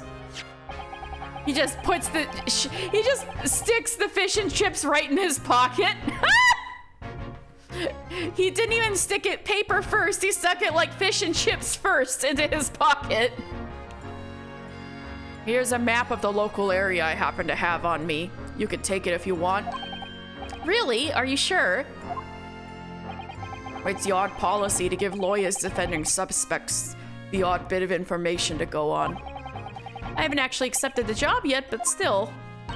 Thank you, Inspector. We gratefully accept. Sweet! We're getting somewhere. Anyway, as far as we know, there was no one else on the scene other than the victim and your fellow countrymen. So who did it, do you think? Not much of a head-scratcher, is it? Well, I know that Mr. Natsume is also claiming not to have seen anyone else around, but just because he didn't see anyone, it doesn't mean we can be sure that nobody else was present.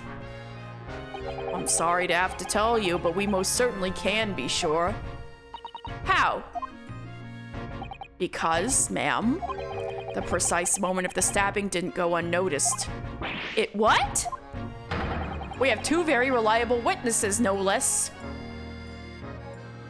What is it with these cases and people being able to see shit when people are supposed to be alone? Ah! They see it through a window too? It was a typical foggy London day, and your client obviously didn't see them. There were witnesses now? Who are these witnesses, Inspector? A fellow and his wife, and the man's one of the most reliable and respected citizens in all of London. Oh, that's why he's fucked.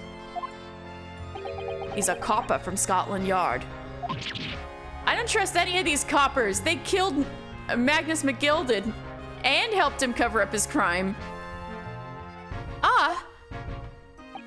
A policeman? That might change things. And this policeman just happened to be there at the exact moment the woman was attacked. The policeman was the stabber!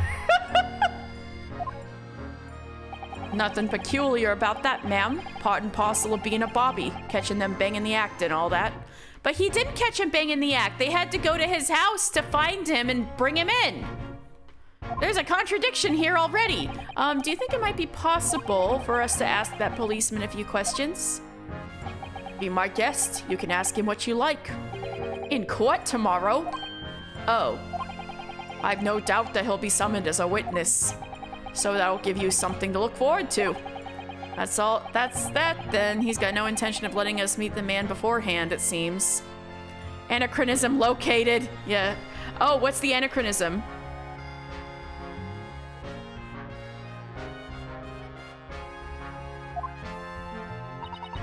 A policeman witnessed the incident.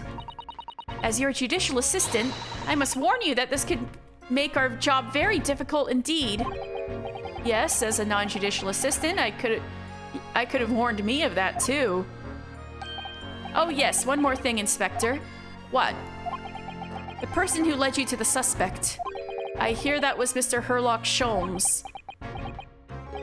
What are you bringing him up for? Metric system was adopted in the UK in the 1890s. This could be a man who's used to the imperial units defaulting, but otherwise should be using kilometers. Look how fucking British this guy is. Why do you think he would not use imperial?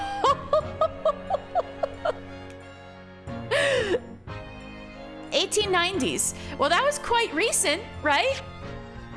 This guy is 44, I think. Yeah. So he was already a career lawman by the time they changed to metric. We'll just have to admonish his ass for not using kilometers.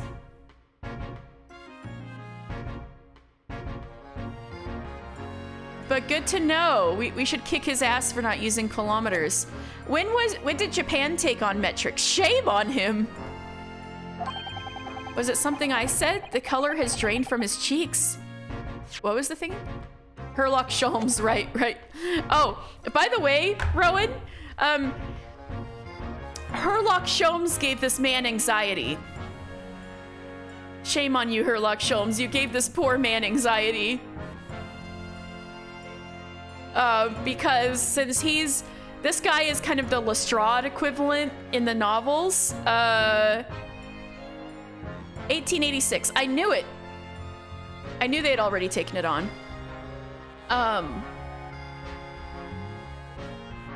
Since he's in all the books and stuff, people look at him wherever he goes now, and he's like, sure, they're talking behind his back. So Herlock Sholmes gave him anxiety.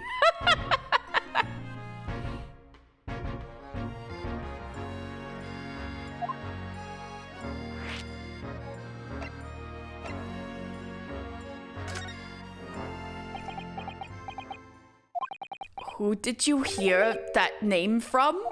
Oh, well, it was Mr. Natsume who mentioned it. He said that Mr. Sholmes was with the police when they entered his lodgings. I'm sure it was the result of one of Mr. Sholmes' inspirational great deductions. Fiddle faddle! Huh? The man's an amateur, and I'm getting sick and tired of him showing his mug everywhere. Oh. I don't know where he gets his information from, but he turns up at the scene of a crime, wanders around spouting incomprehensible rubbish, and before you know it, he claims to have solved the case. Yes, he's quite astounding, isn't he? You sent that fish flying. He is a great help to Scotland Yard, though, isn't he? Gibble gabble. Ever seen this before? Oh, yes, that's Rand's magazine. The wonderful publication in which the adventures of Sherlock Sholmes appears. Yes, well, that wonderful publication, as you put it, sees fit to include several of the Yard's detectives in its stories. And the so-called great detective makes a mockery of all of us. If you ask anyone at the Yard, it's a misadventure to be included in any Sherlock Sholmes tale at all. Well, I suppose there is an element of that. We work our socks off, every one of us, only to be frumped by the public and thanks to that obnoxious detective. That man's as dangerous to us as Scotland Yard as he is to all our criminals. That can't really be true, can it, Inspector? Clearly, the great detective and the police have a complex relationship.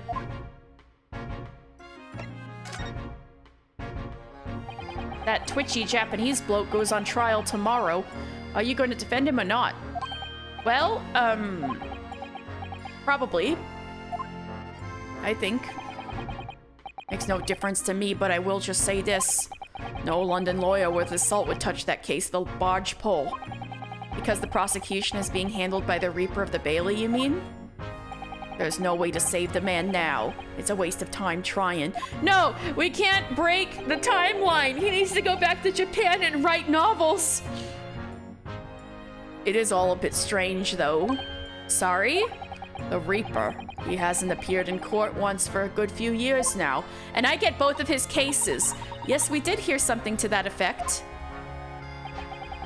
He has to write I am a cat! Exactly! He has to write I am a cat! We can't have I am a cat not exist in this world. And the only people he usually bothers with are real scum. The master criminals, the violent ones. So why is he bothering with Natsume Soseki? Master criminals? The violent ones? He's like a reverse, he's like a reverse Light Yagami. He like prosecutes the cases of the worst people just because his very presence will kill them. Not because he has the death note and does it on purpose. He's just like, I'm just so cursed. Anyone who I prosecute dies in some kind of weird circumstance. So I'll just take the cases for the bad people. He's like... Weird prosecutor Light Yagami. I have no idea if that's his motivation, but this sounds interesting. The violent ones? That's right. He handpicks his victims, only deals with those guaranteed to go to the gallows for their sins. But Mr. Natsume wouldn't hang for he's accused of, surely? That's just my point, Sunshine. Yes, the young woman was stabbed, but it didn't kill her. Couldn't even say the intent was there. So this isn't the sort of case I'd be expecting the Reaper to want to sink his teeth into, for want of a better phrase. Maybe because this guy was Japanese, he figured if he took the case, he'd probably run into Ryunosuke. Is he becoming like that already? It's been a day. Well, it's not exactly a minor infraction, is it? No, there's gotta be more to it. Some reason he's taken an interest. It's because of Ryunosuke, isn't it? Really? What sort of reason, Inspector? You think I can tell what's going on inside the head of that Lord of Darkness? You'll have to ask him yourself at tomorrow's trial. Are we really gonna have to face the Reaper again? The Lord of Darkness, as he put it? I love it, so edgy. No pun intended. Well, I don't think we're going to get any more useful information out of the detective. Oh, they're gone. We can look at the scene now. Mr. Naruhodo, can I make a suggestion? Oh, yes, what is it? Well, it seems to me that we must speak with him about this. By him, do you mean Mr. Sholmes? Yes, Mr. Herlock Sholmes. Exactly. Look at those shining eyes. You can't wait, can you? Well, Mr. Natsume did blame Mr. Sholmes for all this, didn't he? Yes, he did. He really did. Which makes him an involved party in the case. Are you just going to ignore that? I hope not. Wow, you're excited, aren't you? I assure you, it's not simply my selfish desire to meet with Mr. Sholmes again. The trouble is, we have no idea of the man's address even. It's Baker Street! I love her! I love her! How do you know that? It's in the stories, of course. 221B Baker Street, the most famous address in the world. Oh, I see. Well, there's nothing to stop us from going, I suppose. We'd better... He's like, we don't know his address. Yes, we do! Oh, by the way, we did meet the pink girl at the very end of case 3, but we don't even know her name yet. Technically. We'd better try to find our way there before Susato-san gets any more excited and unpredictable. Hurrah! I'll summon a carriage! I love her. So, we're to have a reunion already with the great detective, Mr. Herlock Sholmes. Fuck yeah, let's go. 221B Baker Street. Can we really visit, do you think? Oh, pinch me, I'm sure I must be dreaming. 221B Baker Street. The home and office of the most famous detective in the world, Sholmes' suite. Let's go to Sholmes' suite. Here we go, anime scene.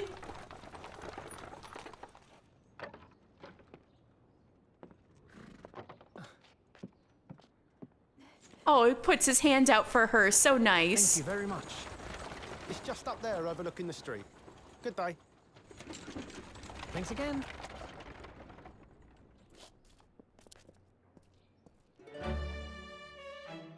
This is it. The residence of Mr. Herlock Sholmes.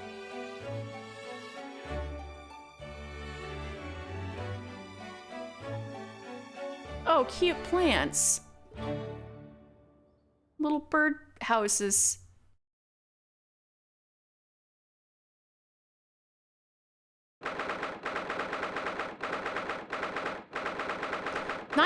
February, 12:53 p.m. Sholmes' suite. Does this not look exactly like the room from The Great Mouse Detective? Am I imagining things? This looks like Basil's digs from The Great Mouse Detective.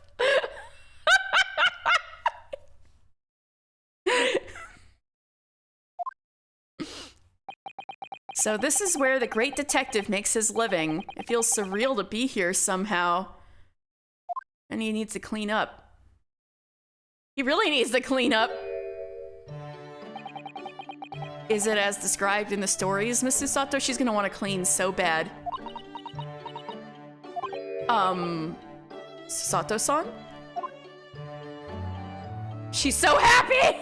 Many, many famous cases have been solved here in this very room. Oh, I suppose they must have been, yes. I've never read the stories, so it's hard to get quite as excited about it as she seems to be. The detective chases the villains relentlessly and disappears into the fog down an unlit London street. Oh, the thrill of it! The romanticism! Can't you feel your heart thumping in your chest? Can't you, Mr. Naruhodo? Oh, I suppose I can, yes. So if you don't mind, I'll just stand here and soak up the atmosphere for a while longer. She's so cute. A fangirl. Please, please, don't mind me. She's obsessed.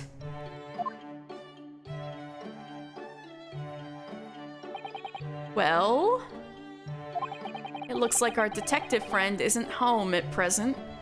But we were just able to waltz on in. That's rather dangerous. Excuse me, is anybody home? Oh, Oh, do we have a visitor? There she is. Hello? Is it a big new case for Mr. Sholmes? Hello. Wait, aren't you? Oh, how rude of me. I'll go and make some tea at once.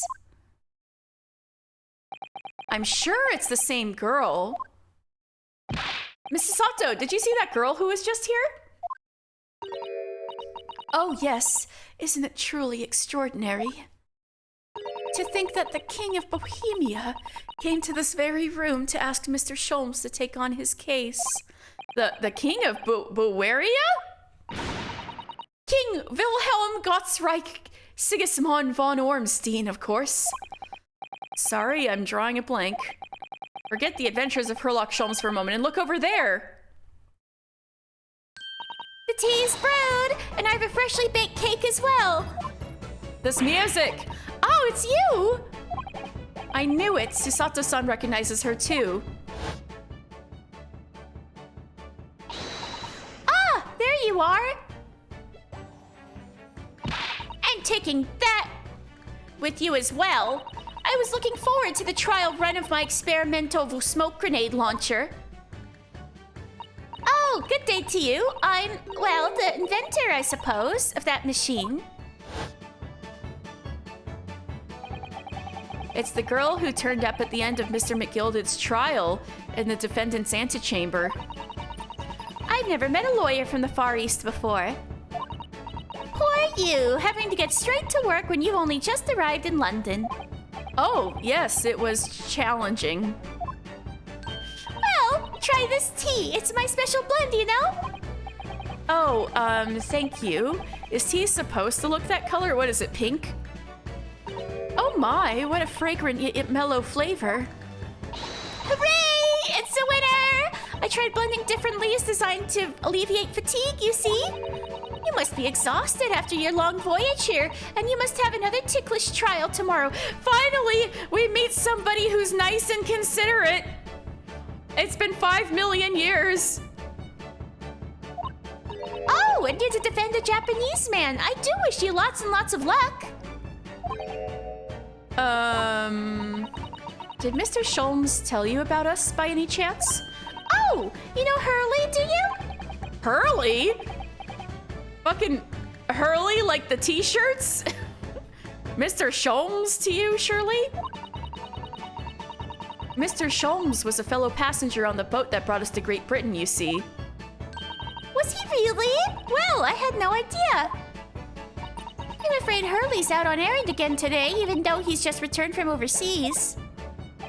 Wait a minute. We met this girl for the first time ever yesterday after the trial, and only briefly at that. How on earth does she know so much about us? You're only just now questioning that? Did she deduce all those things, do you think? And perhaps more to the point, he muttered that out loud. And perhaps more to the point, why is she here in Mr. Sholmes' suite? Oh, silly me. I haven't introduced myself, have I?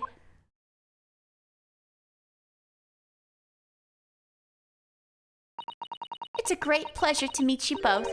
My name is Iris Wilson. I live here together with Hurley. Ah, Iris, is it? What a lovely name. What? What's the matter? Iris, there's gonna be an Iris in 100 years from now. What's the matter? No, wait, this can't be. Did you say that your name is Wilson? What's the matter with Susato-san? Why is she so flustered all of a sudden? Yes, that's right. And what are your names? Oh, I'm Ryunosuke Naruhodo, a lawyer from Japan. Oh, sorry. I'm Mr. Naruhodo's judicial assistant, Susato Mikotopa. It's wonderful to meet you. Oh, Susato's putting the links together. Lovely! Susie and Runo! Got it! Susie and Runo? There's more to this girl than meets the eye. I have so many questions for her, I don't know where to start. Yes, so do I. This is the first deliberate double naming I've seen in Ace Attorney. Like, there was already an Iris, but they were straight up okay with calling her Iris, like the Japanese version.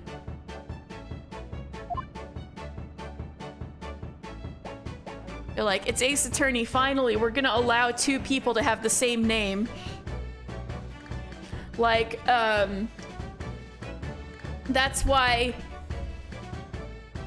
like, Mo from the circus case, into After the Three Stooges,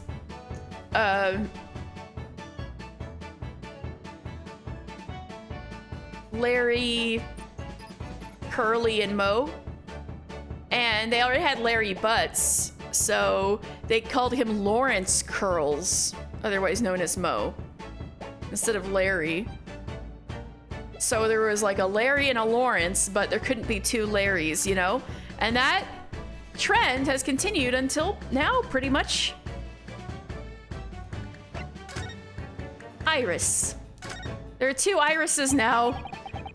Was it? It was you that we ran into yesterday, wasn't it? At the Old Bailey? Yes, that's right. You were ever so helpful. Thank you so much. Oh no, not at all. I'm so sorry we couldn't have been more welcoming. Also, this is the second pink Iris we've made friends with in a stream. There's the Iris in the Somnium Files game was also pink. Though at the time, we did have a rather large gun pointed at us. Like this? Oh! Ah, thinking back now, you left with Miss Lestrade in tow, didn't you? Oh yes, that awkward witness, Gina Lestrade. Oh, Ginny. Yes, she's a professional pickpocket. So we found out. It was very naughty of her to pinch my invention like that. Are you referring to that trial-disrupting gun-like contraption? Exactly! So I followed her, you see, to get it back. Perhaps I shouldn't think about fitting a self-destruct mechanism in my inventions. Oh god. This girl is dangerous. Anyway, I brought Ginny back here after that, so she could apologize to my trusty technician. Sorry, your technician? Hurley, of course, silly. I knew it. Hurley? Yes, Herlock Sholmes. We live here together. I had no idea the great detective had such an interesting young daughter. Daughter? Not likely. What? I wouldn't call him Hurley if he was my father, would I? Well then, what is your relationship with Mr. Sholmes? Well, I expect you'll find out that the lodgings of any kind in London are very expensive. So the solution is to share the cost with a partner, a roommate. You're roommates? I hope you don't mind me asking, Iris, but how old are you? 10, at last this year. Well, what of your mother and father? Oh no, they're not around. Oh, I see. I wonder what the story is there. Wilson. We've heard that before. Oh yes, there's something I must ask you. Of course. Go ahead, Susie. I'm a very great fan of The Adventures of Herlock Sholmes, and oh, you have a copy of Rancid magazine. Yes, I read every issue. It's delivered all the way to Japan on a ship. Oh, this is so exciting! My stories are being read on the other side of the world. My stories? That's right. Hurley is always solving such amazing cases, you see, and he tells me all about them. They really are quite fascinating. It would be such a shame if I was the only one who ever heard them, don't you think? You're the writer? Goodness. Last night, he was telling me all about a new case he just solved on a steamship traveling from a faraway land. So I was just in the middle of typing up the manuscript for the next issue before you came.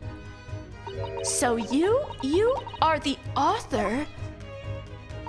Yes, I'll let you in on a secret if you like. I'm going to call the latest adventure The Speckled Band.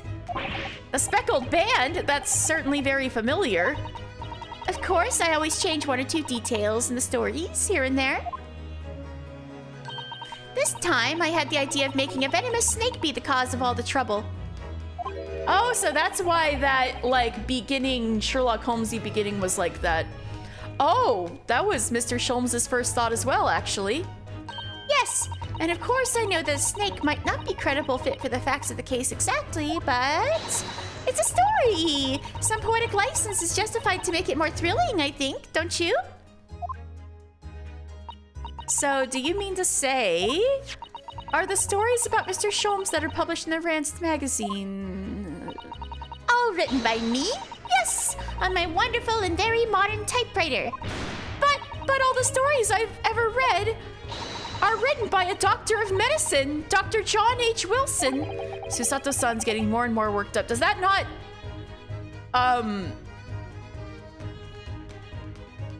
That was literally the murder guy. You never put that together? Ah, yes, that's me. I mean, my name really is Wilson. But what about the doctor of medicine part? That's all true too. I am a doctor of medicine. No, at 10 years old? This is an ace attorney game, bitch. At 10 years old. Oh my god, we have a 10-year-old doctor of medicine. Well, that's quite incredible. And an inventor, so accomplished. But, Dr. Wilson is an English gentleman. Ah, yes. I did alter the settings slightly for the stories to be more compelling. Oh. Well, it sounds a little strange, doesn't it? It sounds a little strange because I'm pretty sure the actual Wilson got killed and I got accused for his murder. I mean, is this not ringing a bell with you guys? A great detective with a 10-year-old girl in tow. Sounds like Phoenix Wright and his assistants to me. I suppose it does, yes. Poor Susato-san, she looks like her whole world is just fallen apart. Your deductions just now. About before. Yes, what's on your mind, Runo? Do tell me. How did you know that I was a lawyer and we just arrived in London, I mean? Yes. Oh, and that we have a difficult trial tomorrow. How did you know all that? Oh, that's what you mean. Please, tell us how you did it. Explain every detail. Of course, I'd be delighted. Although, there's really no mystery. Now, let's begin. Iris Wilson is proud to present her Logic and Reasoning Spectacular. Oh, fuck. We get two versions of this? All right, let's go. First of all, I already knew that you were a lawyer, Runo. After all, I met you yesterday at the Old Bailey in the defendant's antechamber. But you also said that we'd only just arrived in London. How did you know that? Oh my god, he's so cute. I observed a passport and a travel ticket protruding from your breast pocket. Oh, so I was reasonably confident you must have only just arrived in the country. And on top of that, you accepted a case against that particular prosecutor, telling me you were unaware of London's court affairs. his face. Oh my god. The Reaper of the Bailey. I walked right into that one, didn't I? I noticed a red ink stamp on the back of Susie's hand. They stamped her hand? You were given that when you visited the local prison to meet with the suspect, weren't you? They stamp your hands at the prison? Earlier today. Ah. They use those stamps to keep a close eye on comings and goings, you see? I didn't realize. And a red stamp is only used for people visiting foreign inmates. So that told me that even though you had only yesterday concluded the trial of Magnus McGilded, the two of you had already had cause to visit a foreign inmate at a local prison. However, neither of you was wearing a particularly sad expression on your face. So I concluded that the prisoner was unlikely to be a friend or a relative. That led me to believe that you must have accepted a new case. This is really fucking smart. You're so fucking smart, Iris. I see. But how could you have known that the trial is tomorrow? Well, having barely been home a few hours yesterday, Hurley solved yet another case. It obviously amused him. He told me that he caught a Japanese man who was bawling and trembling. I'm gonna kick his ass. I'm gonna kick his ass. Let me at him. A Japanese man? Well, that clearly must have been Mr. Natsume. Now, Runo has that fancy Japanese sword. And I think your outfit is called a kimono, isn't it, Susie? Well, anyway, it was clear to me that you both come from Japan yourselves. So I put two and two together and decided you must be defending the Japanese man Hurley caught. And there was only one conclusion these facts could lead me to. You both came here to ask Hurley about the case. look at her. She's so cute. She's so cute. There's a note on the mantelpiece that says the man's trial will be tomorrow. Hurley is always stabbing his notes with a knife, you know. He is silly. And that's all there was to it, really. Oh yeah, there's a knife in the wall there with the letters. Thank you for listening. I'm Iris Wilson, and that was one of my great deductions. You're a genius. You're a prodigy. Well, was it a winner? Were my deductions correct? They were spot on. That was amazing, Iris. Truly a great deduction. You even managed the certain something of Mr. Sholmes's delivery. Oh, well, I was just copying Hurley's style for that. This is really very good news. You can tell us all about the case involving the Japanese man. You will, won't you, Iris? Please. Please. Yes, so yesterday, Mr. Sholmes apprehended a Japanese man, you were saying. Yes. Hurley had just arrived back in London after his sea voyage. But the police were waiting for him at the railway station to take him directly to the crime scene. Ah, the great detective is a popular man, it seems.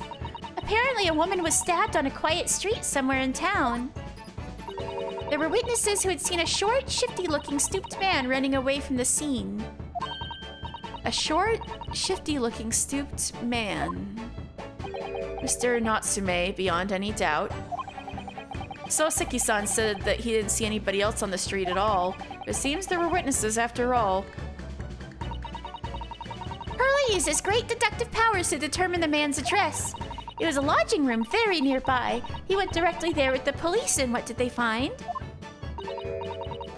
A short, shifty-looking stooped man shivering in fear. Mr. Sholmes's great deduction certainly hit the mark that time. Of course it did. He's a great detective. Still, that means the incident occurred only 2 days ago. Surely tomorrow is too soon for the trial, isn't it? Definitely. We have no time to investigate properly. Hurley says that London is rife with crime. Oh. Scotland Yard is doing its best, but they can't stay on top of it, apparently. Oh dear. I hadn't realized the situation was so dire. That's why they can't afford to spend too much time investigating cases and trying the criminals in court. Staff and money are both short. Crimes are usually pinned on the first suspicious person. Oh, so they actually came up with an excuse this time. Rather than we gotta do 3 days. Like in modern Ace Attorney. That's terrible. I suppose it's the harsh reality of the workings of the world's greatest justice system. I suppose it is, but in that case, I don't hold out much hope for Soseki-san. That's why we gotta help him! Fool? Thank you for answering so many of our questions, Iris. This has been very informative. Oh, you're most welcome. I've had so much fun. I love her! Do you happen to know where Mr. Sholmes is at the moment? As you guessed, we'd like to ask him some questions about this case as well. Oh, well, I expect Hurley is still investigating the scene. Of the case involving Mr. Natsume, you mean? Yes, Mr. Ume? Miss Hurley said that he was going to the man's lodgings. If you leave now, you'll probably catch him there. Iris, do you know where those lodgings are? Well, I imagine the police are still investigating the scene of the crime themselves, aren't they? Did you happen to come across a detective by the name of Gregson when you were there? Yes, we know the Inspector Gregson. Oh, goody! In that case, give Greg Z this for me, would you? Greg Z. Oh god, it's so pink. And money. You're gonna bribe him? If you do that, I'm sure he'll tell you what you want to know. What is this? A 5-shilling piece and a postcard, it seems. Iris's postcard has been entered into the court record. It reads, "Tell the gentleman in black whatever he wants to know. I trust that won't be a problem." Gosh, this will make the inspector help us, will it? I like how this guy can get threatened by a 10-year-old girl. I want to see how this is going to go. Well, thank you, Iris. We'll give it a try. Good luck then. I'm going to return to writing my manuscript, The Speckled Band.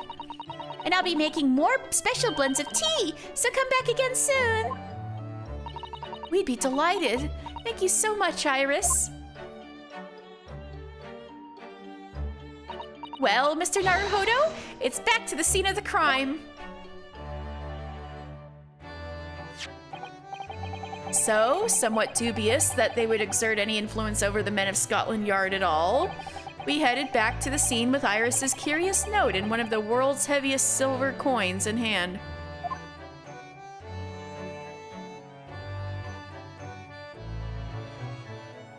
To be continued.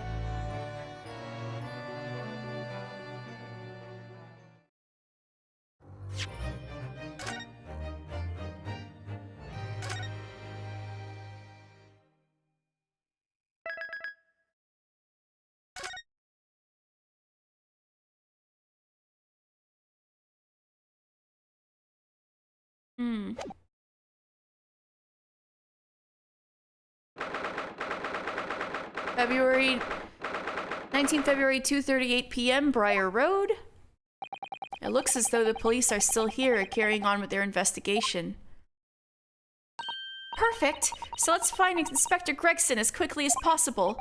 Yes, and let's see if he'll take a break from his chips to look at the silver tip Iris gave him for us. There he is. Anything new? No. Now present him with... Oh, local map. I didn't even look at this yet. Briar Road, Meerschaum Street, Calabash Road. Okay, this is gonna be useful. Iris's postcard. This is a 5-shilling piece, isn't it? I believe it's called a crown. Yes, and you can train a Scotland Yard detective to do whatever you want with just a single one. Iris must be the most powerful 10-year-old in the world. I think she is. How much is 5 shillings, by the way? What's it really worth? Well, it's probably enough to buy all the chips the inspector could possibly eat in a whole month. That's greasy.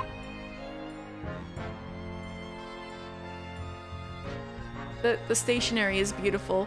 Tell the gentleman in black that whatever he wants to know, I trust that won't be a problem. Iris Wilson, heart. Iris's little handwriting is adorable, isn't it? Tell the gentleman in black whatever he wants to know. I trust that won't be a problem. Yes, the handwriting might be adorable, but the message is ominous. There's no room for sentiment there. Yeah, for real. It's very threatening. I'm sure it's simply the way you're interpreting it, Mr. Naruhodo. Anyway, I do hope the inspector will tell us what we need to know when he reads it. You don't think it will just make him munch piping hot chips until steam comes out of his ears, do you? Well, that wouldn't be an entirely terrible outcome. Alright, let's give this to him. Inspector Gregson, do you have a moment? I'm sorry to say I don't. I'm a very busy man. Much too busy to talk to a pair of foreign gadabouts, that's for sure. We have these for you. A present from Miss Iris Wilson. What? For me? From her ladyship? Her ladyship? Her ladyship? Give that here at once! Come on, hand it over! That's for me! Don't wait for me to give it to you, will you? What was that coin exactly? It's a silver crown, obviously, but it's a lot more than that. It's, well, it's an appearance fee, that's what it is. An appearance fee? Oh, I see. You mean you get paid to be portrayed in there? That's right, for the adventures of Herlock Sholmes. Her ladyship always offers me a little financial reward for featuring me, every time. Yes, of course. I know all about your exploits, Inspector. I read them avidly. Of course, her using my name without my say-so does make me the butt of a lot of unpleasant jokes, but still, at least she compensates you. She's like, ask for forgiveness, not permission. Just send you money for using your name. I'm sorry, Inspector. That must be difficult for you. Never you mind that. So, what do you want to know then, eh? Sorry? Tell the gentleman in black whatever he wants to know. I trust that won't be a problem, it says. Well, obviously, it's not a problem. Go on, fire away. What do you want to know? Well, if you wouldn't mind, Inspector, we'd very much like to know the address of Mr. Natsume's lodgings. Ah, the little knife-wielding mustached Japanese fellow? He lives in a right old hovel. It's just over there. Look, I knew it. It's the one with the bricked-up windows, isn't it? Oh God, it's worse. It's the what? Yeah, it's the collapsing house with the bricked up windows. It is. I was right. On the first floor of that house in the corner where that wreck of a bicycle is propped up. Oh my God, is that Natsume Soseki's bicycle? He really was close to home. That is nearby indeed. If I remember rightly, the landlord is a Mr. John Garadib. Right. Well, if you see her again, you make sure to give her ladyship my regards, you hear? I mean it. You tell her that Gregson sends his very best wishes. Don't worry, Inspector. We will. Goodbye for now, then. And long live her ladyship. Oh my God. So... he loves Iris and hates Herlock. What a weird dynamic. Well, at least he told us what he wanted to know before he left. Yes, so then, shall we go and see what we can find in Mr. Natsume's lodgings? Definitely. This Professor Layton-ass music!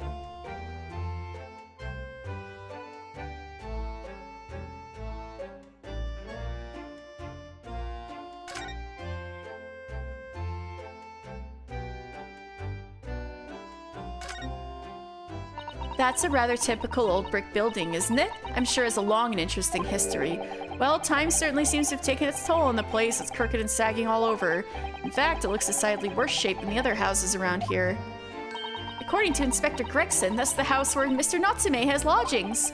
Just across the road from where the incident took place, I see. It must be awful for Soseki-san getting caught up in something like this in a foreign land.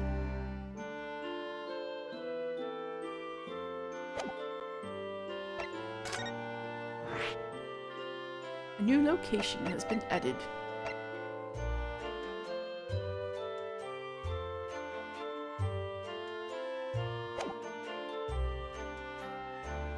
Alright, I'm gonna save here. I know it's a bit of a short stream today, but I'm just kind of feeling like I should pack it in. This seems like a good stop anyway. So next Wednesday, I'm gonna really hit the road on case 4. We're gonna go see Natsume Soseki's pathetic lodgings and see what we can do for him. I'm gonna kick Ryudosuke's ass if he doesn't want to be his lawyer. I'm gonna kick Herlock Sholmes' ass for putting Natsume Soseki in such a position. I'm a stan. I feel like everybody's been disrespecting him. So anyway, I think there's only about one person, so maybe I shouldn't. Not worth it to raid, maybe. But if anybody is still around, tomorrow I will be finishing the Sponge Silky from Final Fantasy XIV, and I'm excited about it. It should turn out really cute. So if you want some needle felting fun to relax to, I'll be back tomorrow. All right, and I'll be back with more Ace Attorney next Wednesday. Thank you guys so much. Bye.